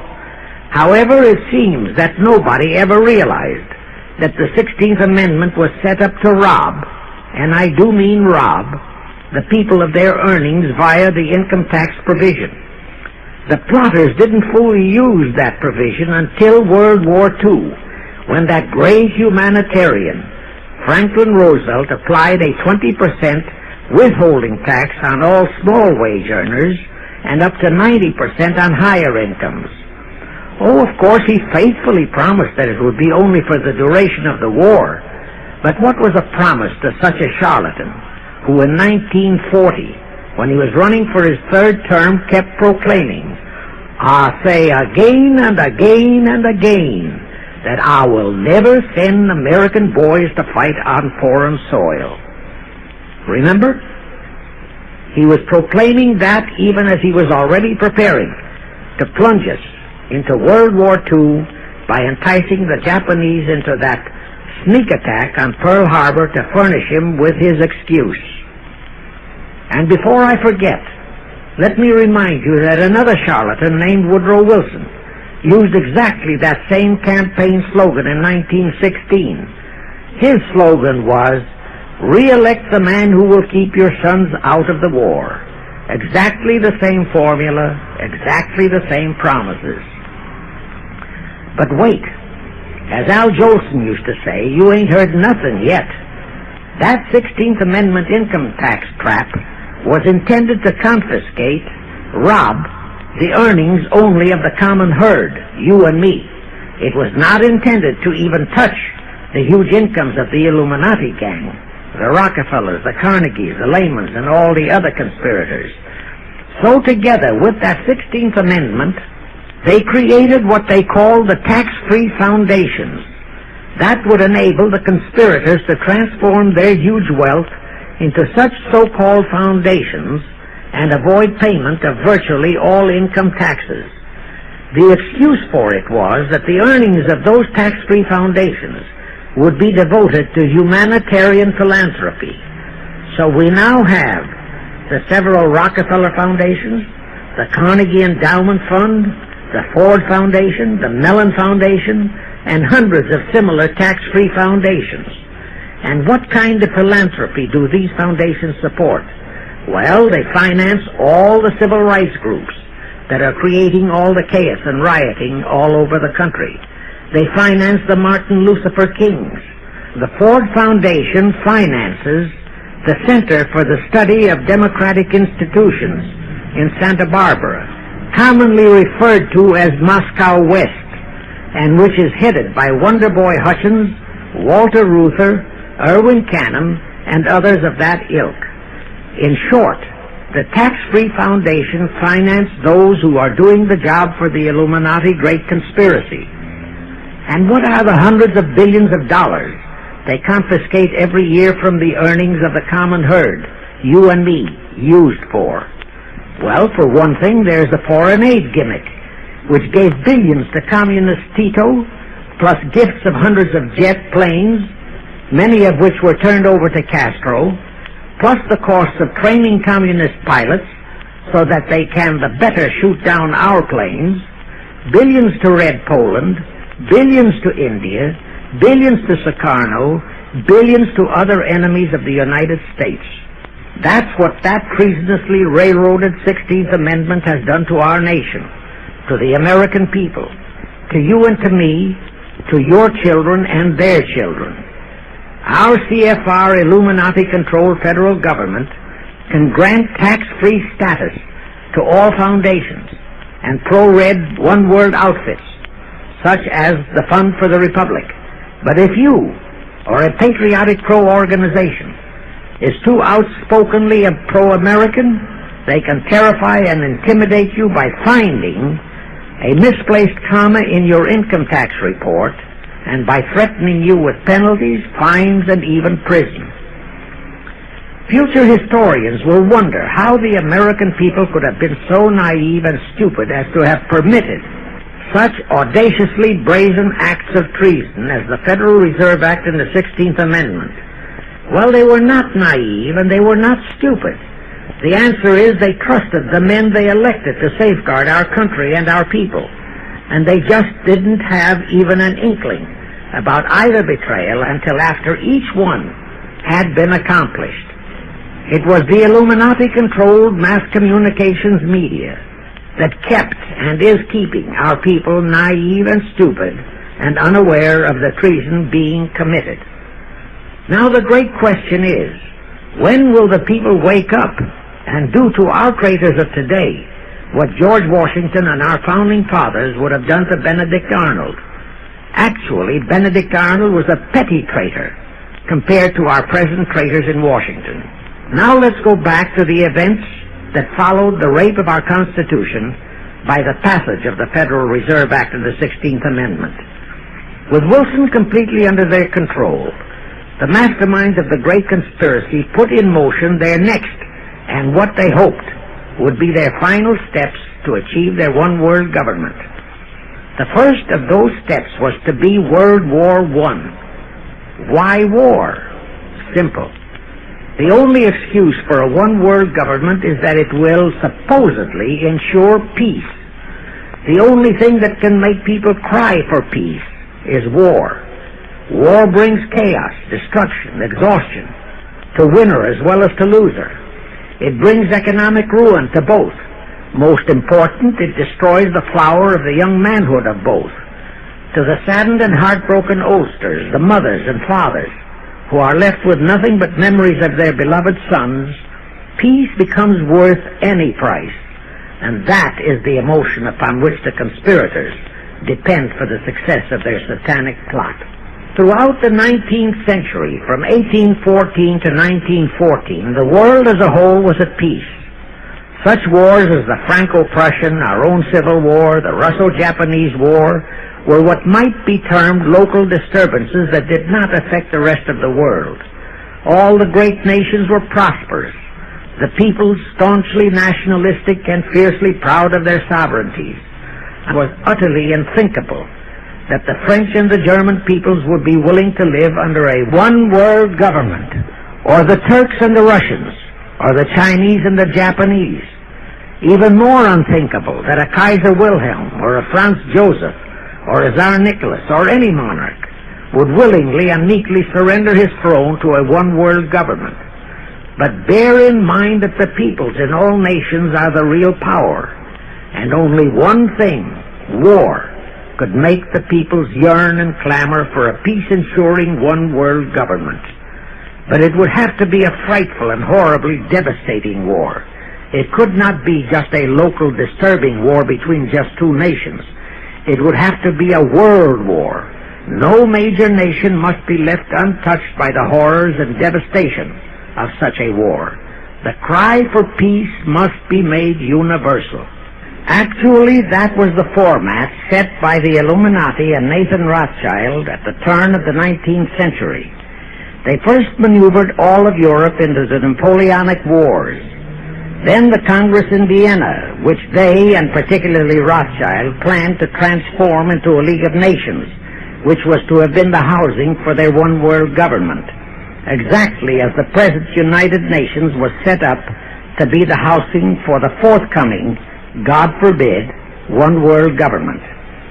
Anyway, that was the format the House of Rothschild and Jacob Schiff decided to employ to achieve their objective in 1914. Of course, they knew that that same format had failed in 1814, but they theorized that was only because the Tsar of Russia had torpedoed that scheme. Well, the present 1914 conspirators would eliminate that 1814 fly in the ointment. They'd make sure that after the New World War, they were conspiring there'd be no Tsar of Russia around to throw monkey wrenches into the machinery. I won't go into how they accomplished this first step to launch a world war. History records that World War I was precipitated by a trivial incident, the kind of incident both Weishaupt and Albert Pike had incorporated in their blueprints. That incident was the assassination of an Austrian archduke, arranged by the Illuminati masterminds. The war followed. It involved Germany, Austria-Hungary, and their allies, so-called the Axis powers, against France, Britain, and Russia, called the Allies. Only the United States was not involved during the first 2 years. By 1917, the conspirators had achieved their primary objective. All of Europe was in a state of destitution. All the peoples were war-weary and crying for peace. And the outcome, too, was all set. It was to come as soon as the United States would be hurled in on the side of the Allies. And that was all set to happen immediately. There could be only one outcome: complete victory for the Allies. To fully confirm my statement, of course they knew that that same format had failed in 1814, but they theorized that was only because the Tsar of Russia had torpedoed that scheme. Well, the present 1914 conspirators would eliminate that 1814 fly in the ointment. They'd make sure that after the New World War, they were conspiring there'd be no Tsar of Russia around to throw monkey wrenches into the machinery. I won't go into how they accomplished this first step to launch a world war. History records that World War I was precipitated by a trivial incident, the kind of incident both Weishaupt and Albert Pike had incorporated in their blueprints. That incident was the assassination of an Austrian archduke, arranged by the Illuminati masterminds. The war followed. It involved Germany, Austria-Hungary, and their allies, so-called the Axis powers, against France, Britain, and Russia, called the Allies. Only the United States was not involved during the first 2 years. By 1917, the conspirators had achieved their primary objective. All of Europe was in a state of destitution. All the peoples were war-weary and crying for peace. And the outcome, too, was all set. It was to come as soon as the United States would be hurled in on the side of the Allies. And that was all set to happen immediately after Wilson's re-election. After that, there could be only one outcome: complete victory for the Allies. To fully confirm my statement that long before 1917, the conspiracies headed in America by Jacob Schiff had it all set to hurl the United States into that war, I will cite the proof. When Wilson was campaigning for re-election in 1916, his chief appeal was, "Re-elect the man who will keep your sons out of the war." But during that same campaign, the Republican Party publicly charged that Wilson had long committed himself to throw us into the war. They charged that if he would be defeated, he would accomplish that act during his few remaining months in office. But if re-elected, he would hold off until after re-election. But at that time, the American people looked upon Wilson as a God-man. Well, Wilson was re-elected, and as per the schedule of the conspirators, he hurled us into the war in 1917. He used the sinking of the Lusitania as an excuse, a sinking which also was prearranged. Roosevelt, also a God-man in the eyes of the American people, followed the same technique in 1941 when he used the prearranged Pearl Harbor attack as his excuse for hurling us into World War II. Now, exactly as the conspirators planned, victory for the Allies would eliminate all the monarchs of the defeated nations and leave all their peoples leaderless, confused, bewildered, and perfectly conditioned for the one-world government the great conspiracy intended would follow. But there still would be an obstacle, the same obstacle that had balked the Illuminati and Rothschild at that Congress in Vienna peace gathering after the Napoleonic Wars. Russia would be on the winning side this time, as it was in 1814. Therefore, the Tsar would be securely on his throne. Here it is pertinent to note that Russia, under the Tsarist regime, had been the one country in which the Illuminati had never made any headway, nor had the Rothschilds ever been able to infiltrate their banking interests. Thus, a winning Tsar would be more difficult than ever to cope with. Even if he could be enticed into a so-called League of Nations, it was a foregone conclusion that he would never, but never go for a one-world government. So even before the outbreak of World War I, the conspirators had a plan in the making to carry out Nathan Rothschild's vow of 1814 to destroy the Tsar and also murder all possible royal heirs to the throne. And it would have to be done before the close of the war, and the Russian Bolsheviki were to be their instruments in this particular plot. From the turn of the century, the chiefs of the Bolsheviki were Nikolai Lenin, Leon Trotsky, and later Joseph Stalin. Of course, those were not their true family names. Prior to the outbreak of the war, Lenin headquartered in Paris. After the outbreak, Switzerland became his haven. Trotsky's headquarters were on the Lower East Side in New York, largely the habitat of Russian Jewish refugees. Both Lenin and Trotsky were similarly bewhiskered and unkempt. In those days, that was the badge of Bolshevism. Both lived well, yet neither had a regular occupation. Neither had any visible means of support, yet both always had plenty of money. All those mysteries were solved in 1917. Right from the outset of the war, strange and mysterious goings-on were taking place in New York. Night after night, Trotsky darted furtively in and out of Jacob Schiff's palatial mansion. And in the dead of those same nights, there were gatherings of hoodlums of New York's Lower East Side, all of them Russian refugees, at Trotsky's headquarters, and all were going through some mysterious sort of training process. But it was all shrouded in mystery. Nobody talked, although it did leak out that Schiff was financing all of Trotsky's activities. Then suddenly Trotsky vanished. So did approximately 300 of his trained hoodlums. Actually, they were on the high seas in a Schiff-chartered ship, bound for a rendezvous with Lenin and his gang in Switzerland. And on that ship was $20 million in gold. The $20 million Schiff provided to finance the Bolsheviki takeover of Russia. In anticipation of Trotsky's arrival, Lenin prepared to throw a party in his Switzerland hideaway. Men of the very highest places in the world were to be guests at that party. Among them were the mysterious Colonel Edward Mandel House, Woodrow Wilson's mentor and palsy Walsey, and more important, Schiff's special and confidential messenger.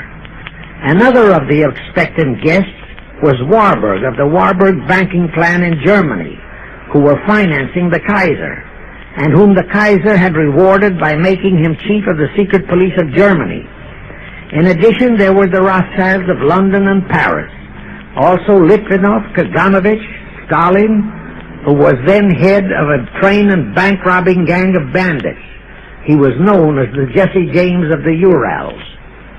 And here I must remind that England and France were then long in war with Germany, and that on February 3, 1917, Wilson had broken off all diplomatic relations with Germany. Therefore, Warburg, Colonel House, the Rothschild, and all those others were enemies. But of course, Switzerland was neutral ground where enemies could meet and be friends, especially if they had some scheme in common. That Lenin party was very nearly wrecked by an unforeseen incident. The Schiff-chartered ship on its way to Switzerland was intercepted and taken into custody by a British warship.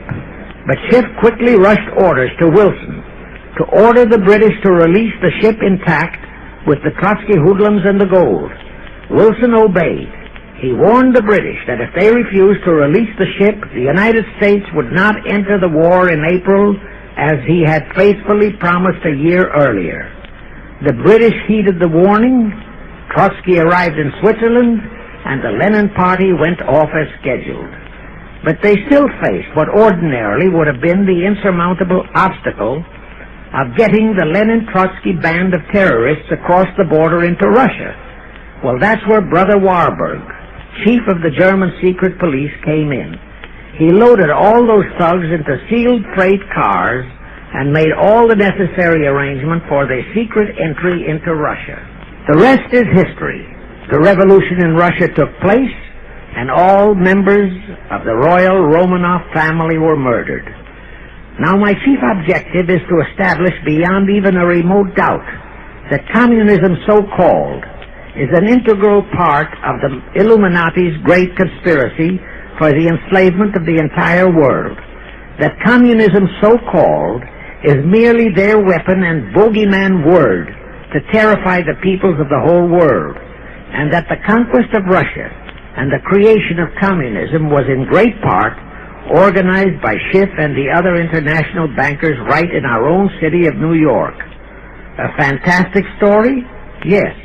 Some might even refuse to believe it.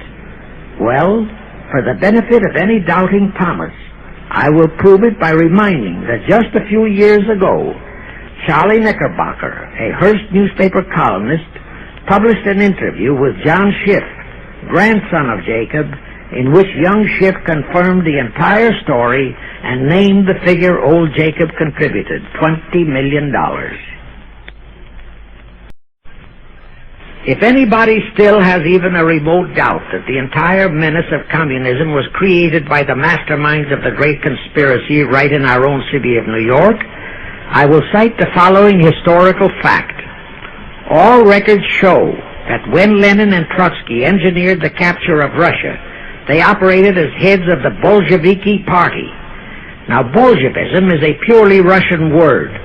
The masterminds realized that Bolshevism could never be sold as an ideology to any but the Russian people.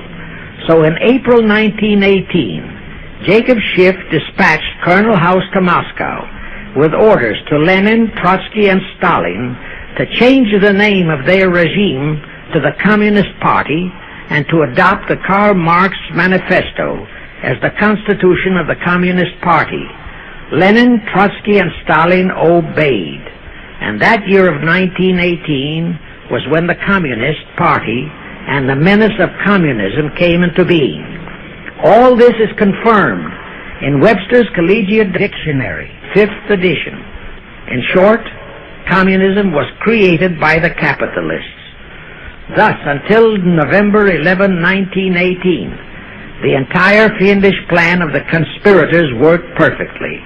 All the great nations, including the United States, were war-weary, devastated, mourning their dead. Peace was the great universal desire. Thus, when it was proposed by Wilson to set up a League of Nations to ensure peace, all the great nations, with no Russian czar to stand in their way, jumped on that bandwagon without even stopping to read the fine print in that insurance policy. That is all but one, the United States, the very one that Schiff and his co-conspirators least expected would balk. And that was their one fatal mistake in that early plot. You see, when Schiff planted Woodrow Wilson in the White House, The conspirators assumed that they had the United States in the proverbial bag. Wilson had been perfectly built up as a great humanitarian.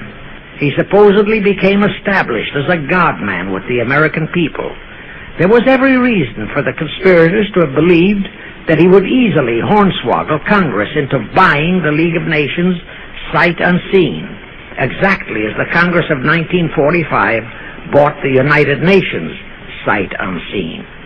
But there was one man in the Senate in 1918 who saw through that scheme, just as the Russian Tsar did in 1814. He was a man of great political stature, almost as great as that of Teddy Roosevelt, and fully as astute. He was highly respected and trusted by all members of both houses of Congress and by the American people. The name of that great and patriotic American was Henry Cabot Lodge, not the phony of today who called himself Henry Cabot Lodge, Jr. until he was exposed. Lodge completely unmasked Wilson and kept the United States out of the League of Nations. Here it becomes of great interest to know the real reason for the Wilson League of Nations flop. As I previously stated, Schiff was sent to the United States to carry out 4 specific assignments. Number 1 and most important was to acquire complete control of the U.S. money system. Number 2, as outlined in the original Weishaupt Illuminati blueprint, he was to find the right kind of men to serve as stooges for the great conspiracy and promote them into the highest offices in our federal government, our Congress, our U.S. Supreme Court, and all federal agencies, such as the State Department, the Pentagon, the Treasury Department, etc. Number 3, destroy the unity of the American people by creating minority group strife throughout the nation, especially between the whites and blacks as outlined in Israel Cohen's book. Number 4, create a movement to destroy religion in the United States, with Christianity to be the chief target or victim. In addition, he was strongly reminded of the imperative directive in the Illuminati blueprint to achieve full control of all mass communications media, to be used to brainwash the people into believing and accepting all of the maneuverings of the great conspiracy. Schiff was warned that only control of the press, at that time our only mass communications media, would enable him to destroy the unity of the American people. Now then, Schiff and his co-conspirators did set up the NAACP, the National Association for the Advancement of the Colored People, in 1909. And in 1913 he set up the Anti-Defamation League of the B'nai B'rith. Both were to create the necessary strife. But in the early years, the ADL operated very timidly, perhaps for fear of a pogrom-like action by an aroused and enraged American people. And the NAACP was practically dormant because its white leadership didn't realize that they would have to develop firebrand Negro leaders, such as Martin Lucifer King, for one, to spark the then completely satisfied and contented mass of Negroes. In addition, he, Schiff, was busy developing and infiltrating the stooges to serve in all high places in our Washington government, and in the job of acquiring control of our money system and the creation of the 16th Amendment. He also was very busy with the organizing of the plot for the takeover of Russia. In short, he was kept so busy with all those jobs that he completely overlooked the supreme job of acquiring complete control of our mass communications media.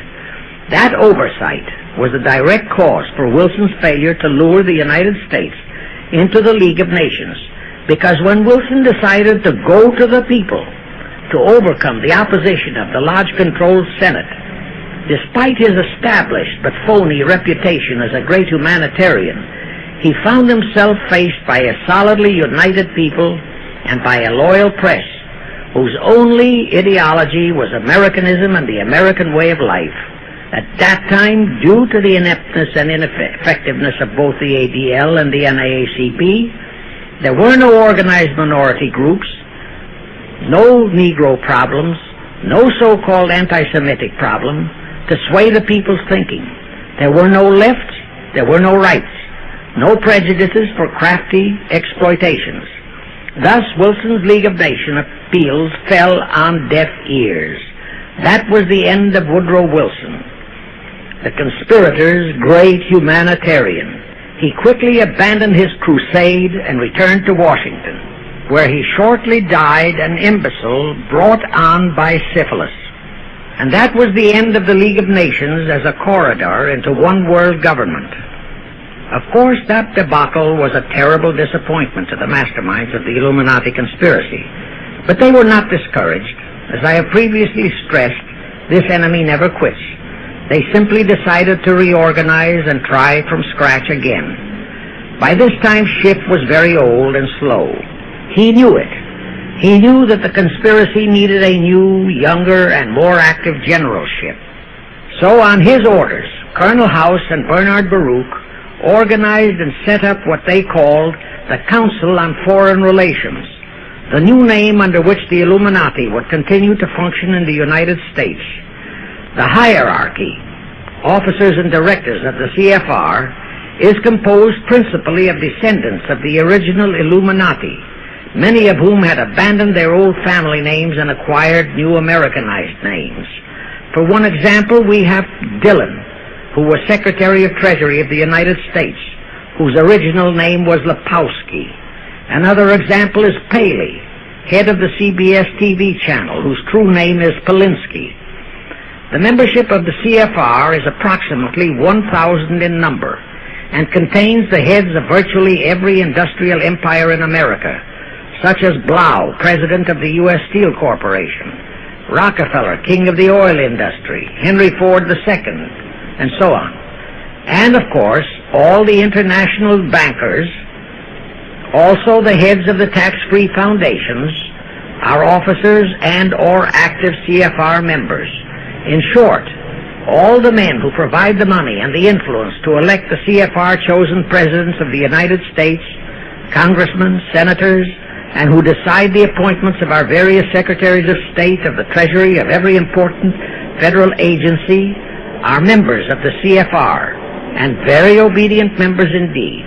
Now, just to cement that fact, I will mention the names of a few of the United States presidents who were members of the CFR. Franklin Roosevelt, Herbert Hoover, Dwight D. Eisenhower, Jack Kennedy. Others who were considered for the presidency are Thomas E. Dewey, Adlai Stevenson, Nixon, and Vice President of a CFR subsidiary, Barry Goldwater.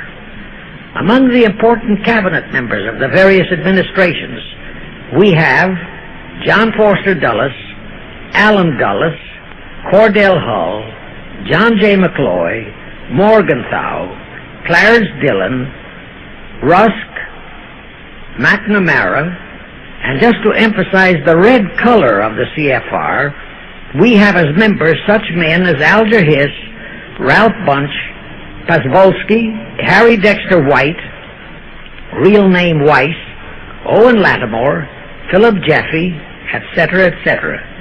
Simultaneously, they were flooding thousands of homosexuals and other blackmailable characters into all the federal agencies from the White House down. Remember Johnson's great friend Jenkins and Bobby Baker?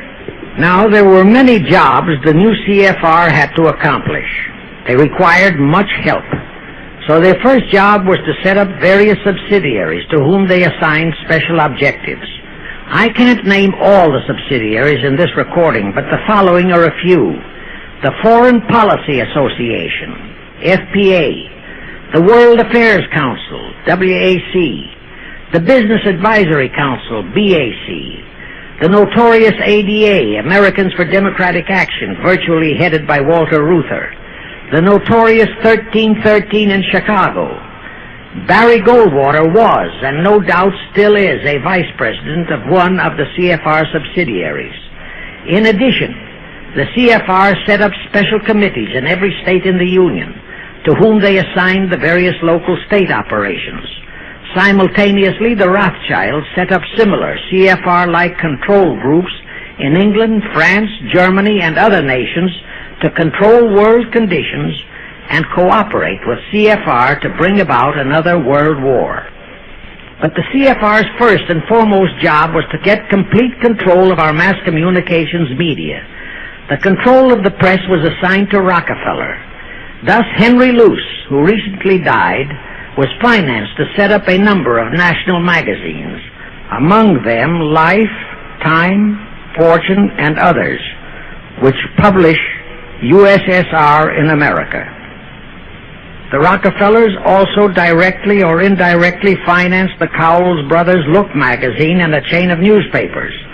They also financed a man named Sam Newhouse to buy up and build a chain of newspapers all over the country. And the late Eugene Meyer, one of the founders of CFR, bought the Washington Post, Newsweek, the weekly magazine, and other publications.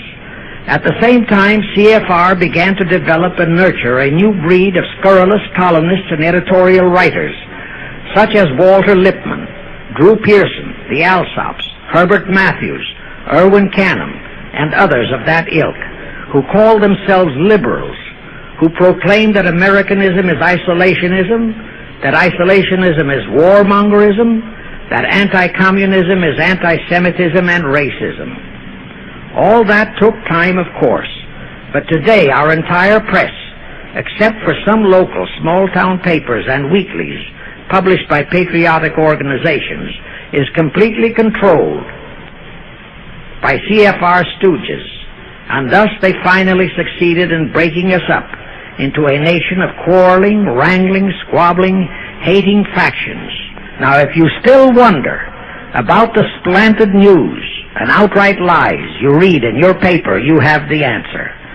To the Lehmans, Goldman Sachs, Kuhn Loeb, and the Warburgs, the CFR assigned the job of getting control of the motion picture industry, Hollywood, radio and television, and believe you me, they succeeded.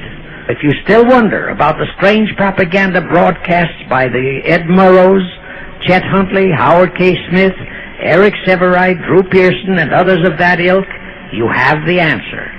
If you wonder about all the smut, sex, pornography, and mixed marriage films you see in your movie theater and on your TV set, all of which is demoralizing our youth, you have the answer. The whole story of the CFR conspiracy takeover of our mass communications media is far too long to include in this recording, but you can find it in the News Bulletin number 125, entitled How to Get the Reds Out of Communications Media. It was published and brought up to date by the Cinema Educational Guild. It tells in detail how the press, the movies, TV, and radio have been, and still are, used to brainwash the people, to demoralize our youth, and they have been and still are encouraging and creating sympathy for the rioting Negro civil rights lawlessness. You can get a copy of this news bulletin by writing to the Cinema Educational Guild, Post Office Box 46205, Hollywood, California. Now, to refresh your memory, let's go back for a moment. Wilson's flop had torpedoed all chances of transforming that League of Nations into the conspirators' hoped-for one-world government housing. So the Jacob Schiff plot had to be done all over again, and they organized the CFR to do it. We also know how successfully the CFR did that job of brainwashing and destroying the unity of the American people. But as was the case with the Schiff plot, the climax and the creation of a new housing for their one-world government required another world war, a war that would be even more horrible and more devastating than the First World War, in order to get the people of the world to again clamor for peace and a means to end all wars. But the CFR realized that the aftermath of World War II would have to be more carefully planned, so that there would be no escape from the new one-world trap, another League of Nations, that would emerge from the new war, the trap we now know as the United Nations. And they hit upon a perfect strategy to ensure that no escape. Here's how they did it. In 1943, in the midst of the war, they prepared the framework for the United Nations, and it was handed over to Roosevelt and our State Department to be given birth by Alger Hiss, Pasvolsky, Dalton Trumbo, and other American traitors, thus making the whole scheme a United States baby. Then, to fix our parenthood, New York City was to become the nursery for the monstrosity. After that, we could hardly walk out on our own baby, now could we? Anyway, that's how the conspirators figured it would work, and so far it has. And the liberal Rockefeller donated the land for the United Nations building. The United Nations Charter was written by Alger Hiss, Pozvolsky, Dalton Trumbo, and other CFR stooges. A phony so-called UN conference was set up in San Francisco in 1945. All the so-called representatives of 50-odd nations gathered there, promptly signed the charter, and the despicable traitor Alger Hiss flew to Washington with it, elatedly submitted it to our Senate, and the Senate, elected by our people to safeguard our security, signed the charter without so much as reading it.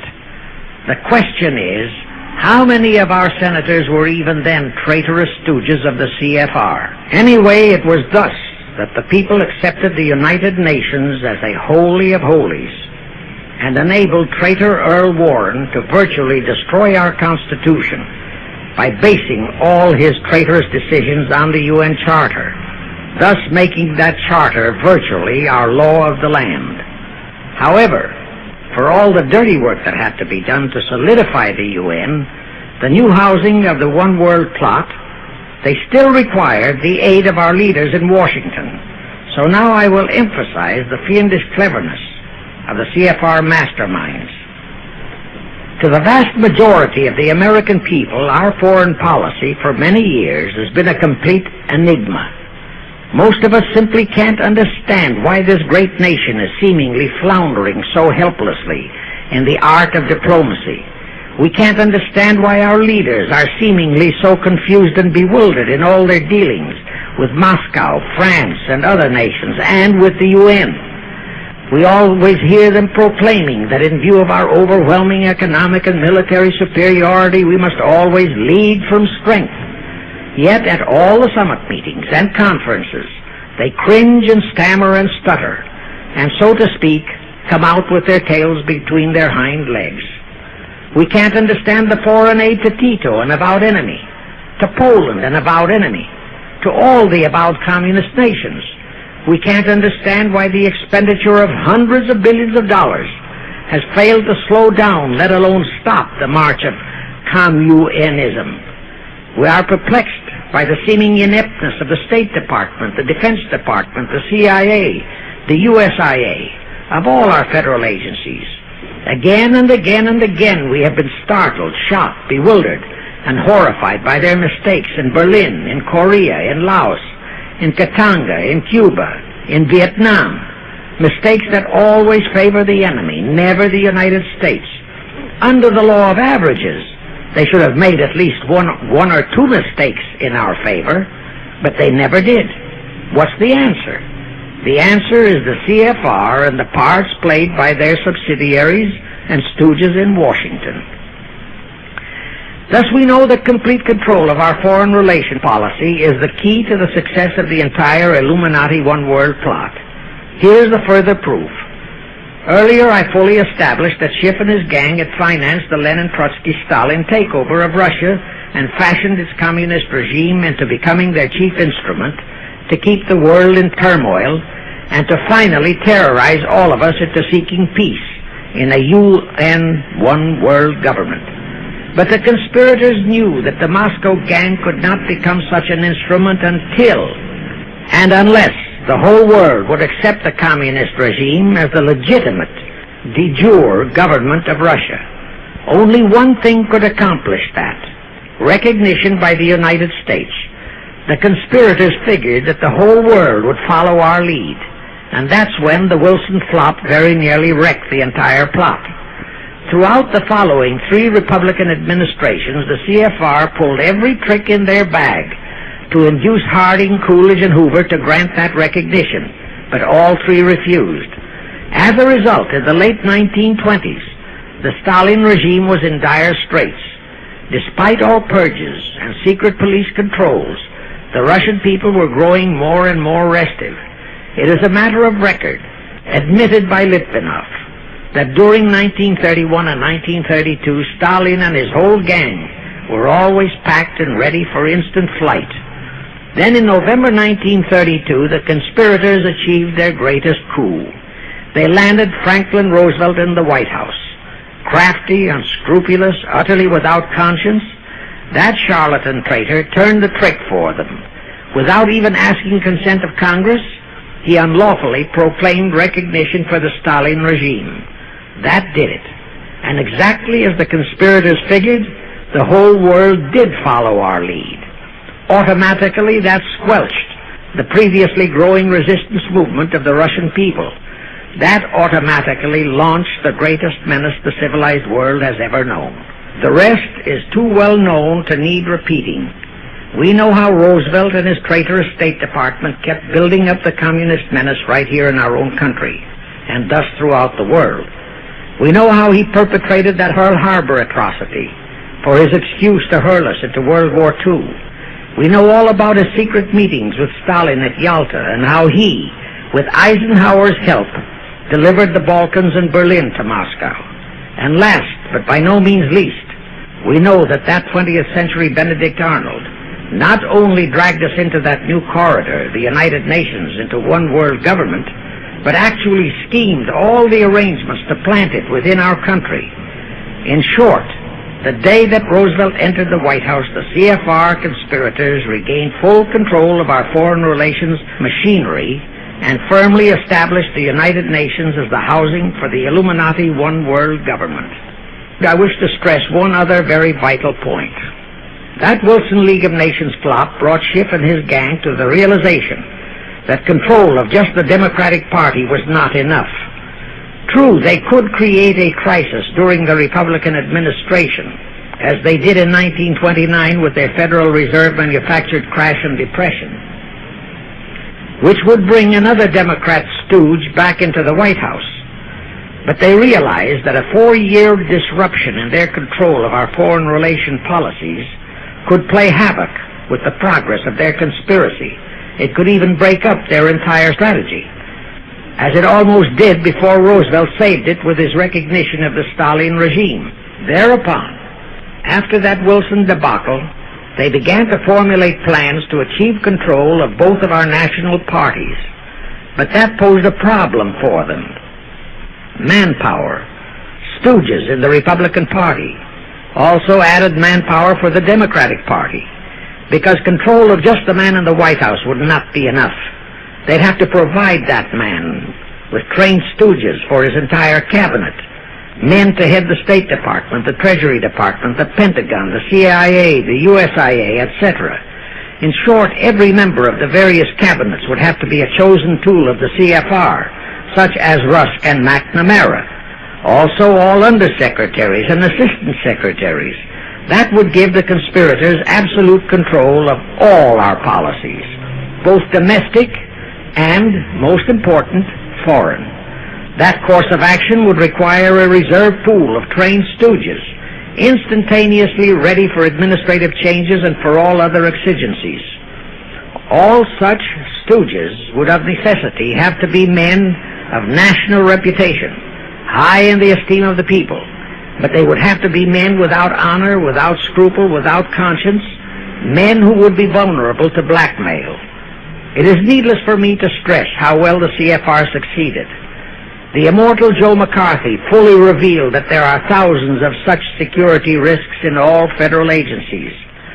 Scott McCloud unmasked thousands more, and you know the price Otepka has had to pay and is still paying for his expositions. Now let's go back to the crux of the whole one world government plot and the maneuvering necessary to create another League of Nations to house such a government. As I have already stated, the conspirators knew that only another world war was vital for the success of their plot.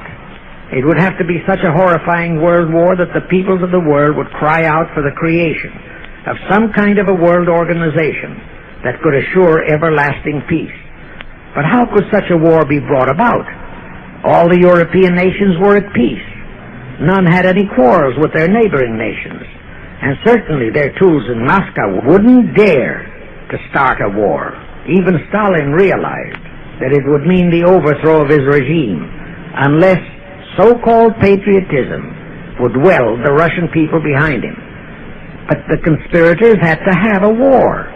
They had to find or create some kind of an incident to launch it. And they found it in a little inconspicuous and repulsive little man who called himself Adolf Hitler. Hitler, an impecunious Austrian house painter, had been a corporal in the German army. He made the defeat of Germany into a personal grievance. He began to rabble-rouse about it in the Munich, Germany area. He began to spout about restoring the greatness of the German Empire and the might of the German soldiery. He advocated the restoration of the old German military to be used to conquer the whole world. Strangely enough, Hitler, the little clown that he was, could deliver a rabble-rousing speech, and he did have a certain kind of magnetism. But the new authorities in Germany didn't want any more wars, and they promptly threw the obnoxious Austrian house painter into a prison cell. Aha! Here was the man, decided the conspirators, who, properly directed and financed, could be the key to another world war.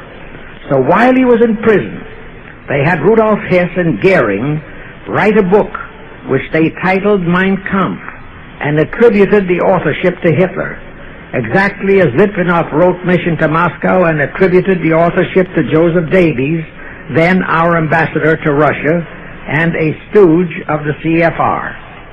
In Mein Kampf, Hitler, the pseudo-author, outlined his grievances and how he would restore the German people to their former greatness. The conspirators then arranged for a wide circulation of the book among the German people in order to arouse a fanatical following for him. On his release from prison, also arranged by the conspirators, they began to groom him and finance him to travel to other parts of Germany to deliver his rabble-rousing speeches. Soon he gathered a growing following among other veterans of the war, and that soon spread to the masses, who began to see in him a savior for their beloved Germany. Then came his leadership of what he called his Brown Shirt Army and the March on Berlin. That required a great deal of financing, but the Rothschilds, the Warburgs, and others of the conspirators provided all the money he needed. Gradually, Hitler became the idol of the German people, and then they overthrew the von Hindenburg government, and Hitler became the new Führer. But that still was no reason for a war. The rest of the world watched Hitler's rise, but saw no reason to interfere in what was distinctly a domestic condition within Germany. Certainly none of the other nations felt it was a reason for another war against Germany, and the German people were not yet incited into enough of a frenzy to commit any acts against any neighboring nation, not even against France, that would lead to a war. The conspirators realized they would have to create such a frenzy that would cause the German people to throw caution to the winds and at the same time horrify the whole world.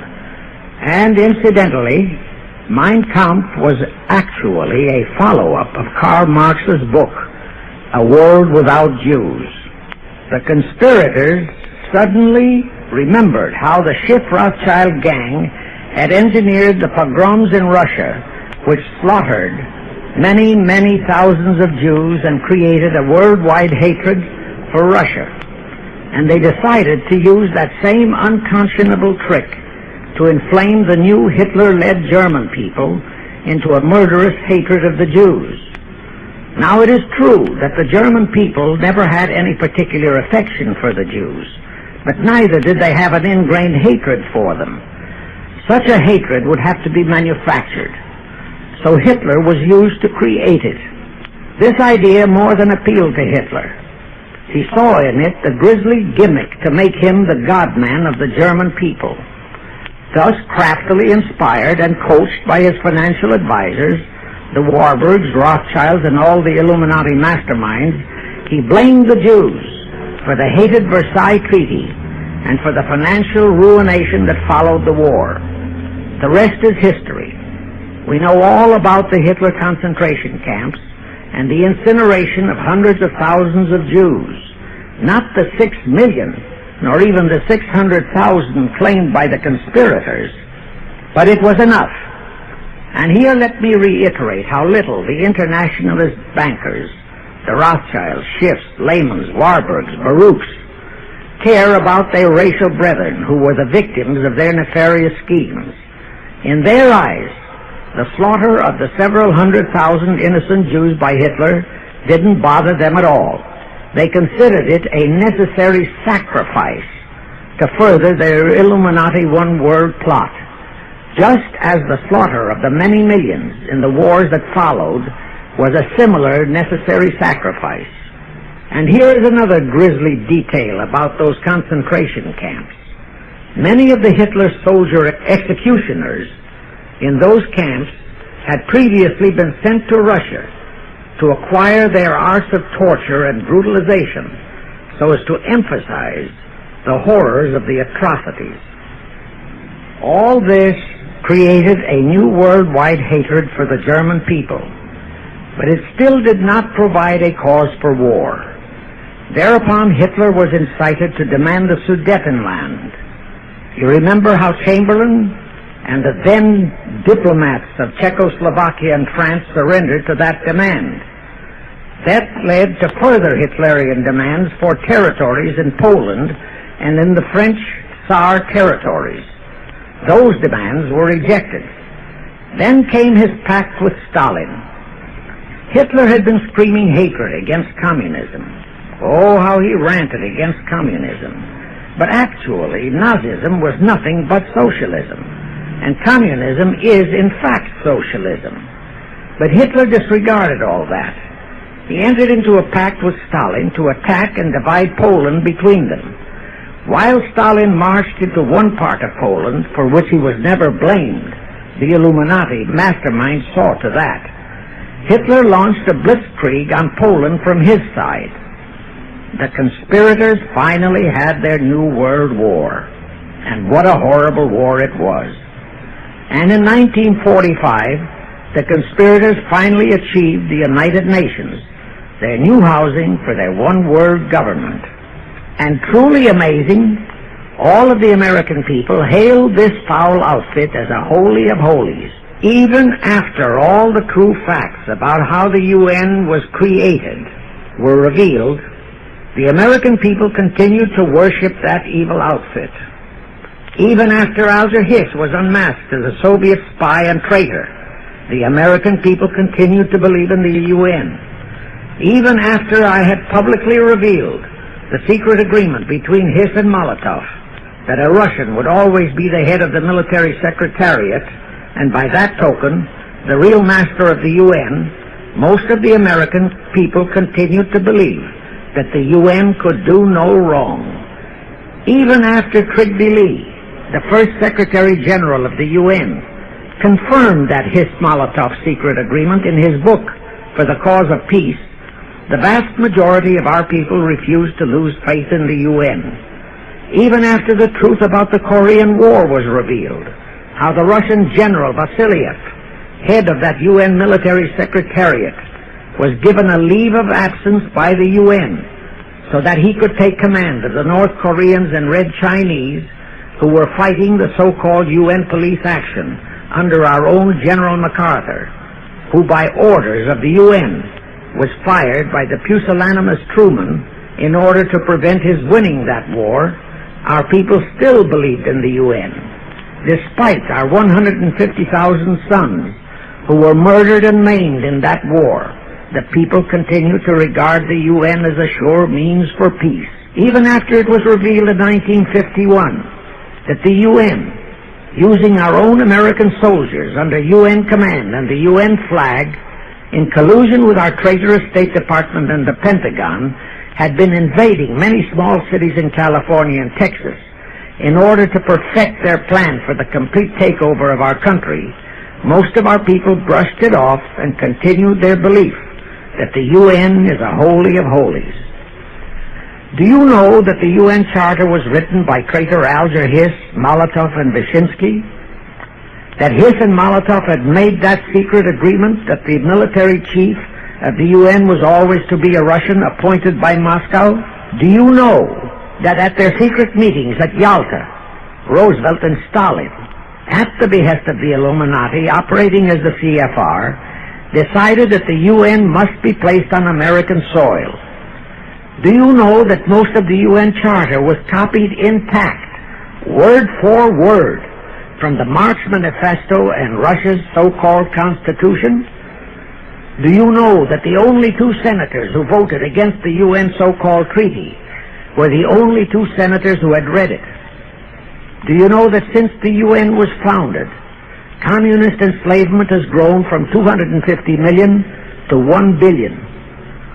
Do you know that since the UN was founded to ensure peace, there have been at least 20 major wars incited by the UN, just as they are now inciting a war against Little Rhodesia? Do you know that under the UN setup, the American taxpayers have been forced to make up the UN Treasury deficit of many millions of dollars because of Russia's refusal to pay her share? Do you know that the UN has never passed a resolution condemning Russia or her so-called satellites, but always condemns our allies? Do you know that J. Edgar Hoover said, "The overwhelming majority of the communist delegations to the UN are espionage agents"? And now, 66 senators voted for a consular treaty to open our entire country to Russian spies and saboteurs. Do you know that the UN helps Russia's conquest of the world by preventing the free world from taking any action whatsoever except to debate each new aggression in the UN General Assembly? Do you know that at the time of the Korean War, there were 60 nations in the UN, yet 95% of the UN forces were our American sons, and practically 100% of the cost was paid by the United States taxpayers? And surely you know that the UN policy during the Korean War was to prevent us from winning that war. Do you know that all the battle plans of General MacArthur had to go first to the UN to be relayed to Vasiliev, commander of the North Koreans and Red Chinese, and that any future wars fought by our sons under the UN flag would have to be fought under the control of the UN Security Council? Do you know that the UN has never done anything about the 80,000 Russian Mongolian troops that occupy Hungary? Where was the UN when the Hungarian freedom fighters were slaughtered by the Russians? Do you know that the UN and its peace army turned the Congo over to the communists? Do you know that the UN's own so-called peace force was used to crush, rape, and kill the white anti-communists in Katanga? Do you know that the UN stood by and did nothing while Red China invaded Laos and Vietnam? That it did nothing while Nehru invaded Goa and other Portuguese territories? Do you know that the UN was directly responsible for aiding Castro? That it does absolutely nothing about the many thousands of Cuban youngsters who are shipped to Russia for communist indoctrination? Do you know that Adlai Stevenson, of all people, said the free world must expect to lose more and more decisions in the UN? Do you know that the UN openly proclaims that its chief objective is one-world government, which means one-world laws, one-world court, one-world army, one-world navy, one-world air force, one-world schools, and a one-world church in which Christianity would be prohibited? Do you know that a UN law has been passed to disarm all American citizens and to transfer all our armed forces to the UN? Such a law was secretly signed by Saint Jack Kennedy in 1961.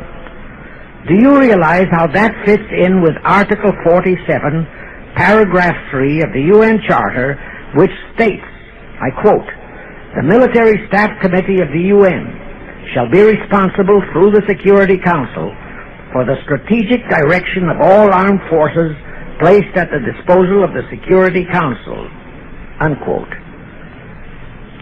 And when and if all our armed forces are transferred to the UN, your sons would be forced to serve and die under UN command all over the world. This will happen unless you fight to get the U.S. out of the UN. Do you know that Congressman James B. Utt has submitted a bill to get the U.S. out of the UN and a resolution to prevent our president from forcing us to support the UN embargoes on Rhodesia? Well, he has. And many people all over the country are writing to their representatives to support the Utt bill and resolution. And did you know that to offset the Utt bill and resolution, 50 congressmen, spearheaded by Schweiker and Moorhead of Pennsylvania, have introduced a bill to immediately transfer all our armed forces to the UN? Can you imagine such brazen treason? Is your congressman one of those 50 traitors?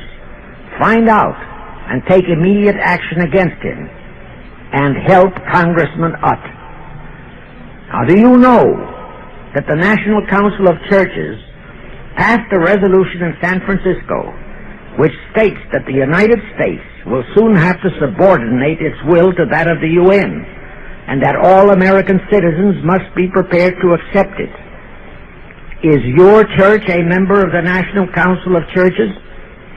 In connection with that, bear in mind that God is never mentioned in the UN Charter, and their meetings are never opened with prayer. The creators of the UN stipulated in advance that there should be no mention of God or Jesus Christ in the UN Charter or in its UN headquarters. Does your pastor subscribe to that? Find out. Furthermore, do you know that the great majority of the so-called nations in the UN are anti-Christianity? That the UN is a completely godless organization by orders of its creators, the CFR Illuminati. Now, have you heard enough of the truth about the Illuminati's United Nations? Do you want to leave your sons and our precious country to the unholy mercy of the Illuminati's United Nations? If you don't, write, telegraph, or phone your representatives and senators that they must support Congressman Utt's bill to get the U.S. out of the UN and the UN out of the U.S. Do it today, now, before you forget. It is the only salvation for your sons and for our country. Now I have one more vital message to deliver.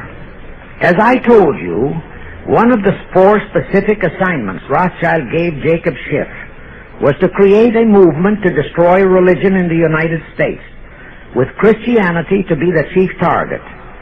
For a very obvious reason, the Anti-Defamation League wouldn't dare to attempt it, because such an attempt could create the most terrible bloodbath in the history of the world, not only for the ADL and the conspirators, but for the millions of innocent Jews.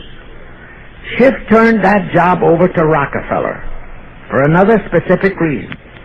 The destruction of Christianity could be accomplished only by those who are entrusted to preserve it, by the pastors, the men of the cloth. As a starter, John D. Rockefeller picked up a young so-called Christian minister by the name of Dr. Harry F. Ward, Reverend Ward, if you please. At that time, he was teaching religion at the Union Theological Seminary. Rockefeller found a very willing Judas in this reverend. Thereupon, in 1907, he financed him to set up the Methodist Foundation of Social Service.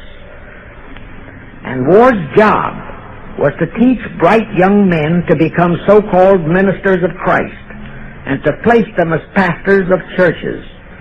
While teaching them to become ministers, the Reverend Ward also taught them how to very subtly and craftily preach to their congregations that the entire story of Christ is a myth, to cast doubts on the divinity of Christ, to cast doubts about the Virgin Mary. In short, to cast doubts on Christianity as a whole. It was not to be a direct attack, but much of it by crafty insinuation that was to be applied in particular to the youth in the Sunday schools. Remember Lenin's statement? Give me just one generation of youth, and I'll transform the whole world. Then, in 1908, the Methodist Foundation of Social Service, which incidentally was America's first Communist Front organization, changed its name to the Federal Council of Churches.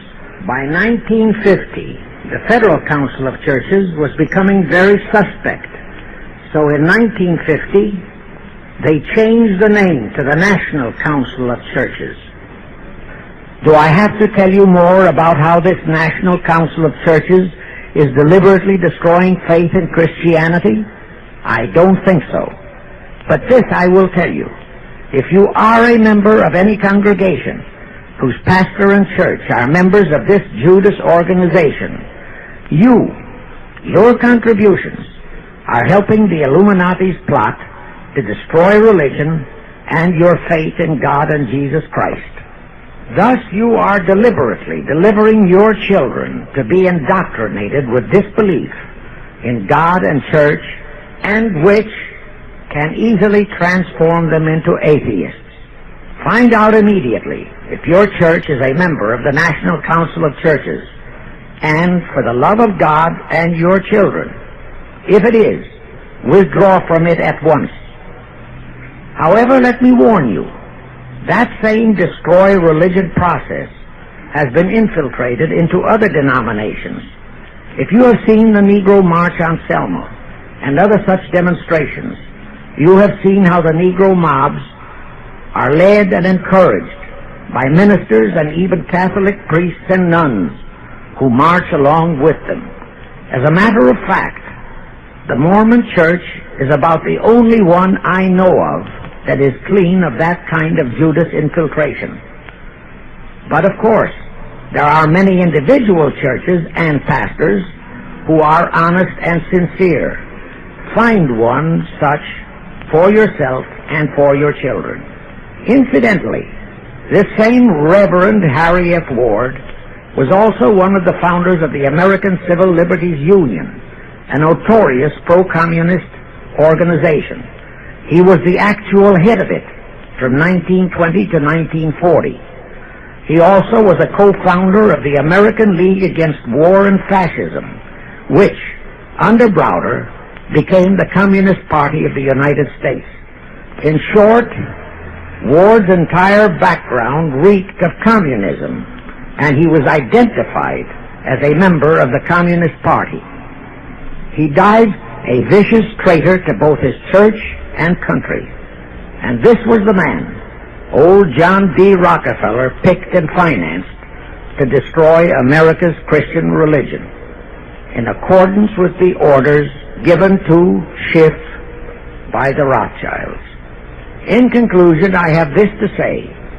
You probably are familiar with the story of how one Dr. Frankenstein created a monster to do his will of destroying his chosen victims, but how instead, in the end, that monster turned on his own creator, Frankenstein, and destroyed him. Well, the Illuminati, CFR, has created a monster called the United Nations, who, supported by their minority groups, rioting Negroes, the traitorous mass communications media, and the traitors in Washington, was created to destroy the American people. Well, we know all about that many-headed Hydra monster.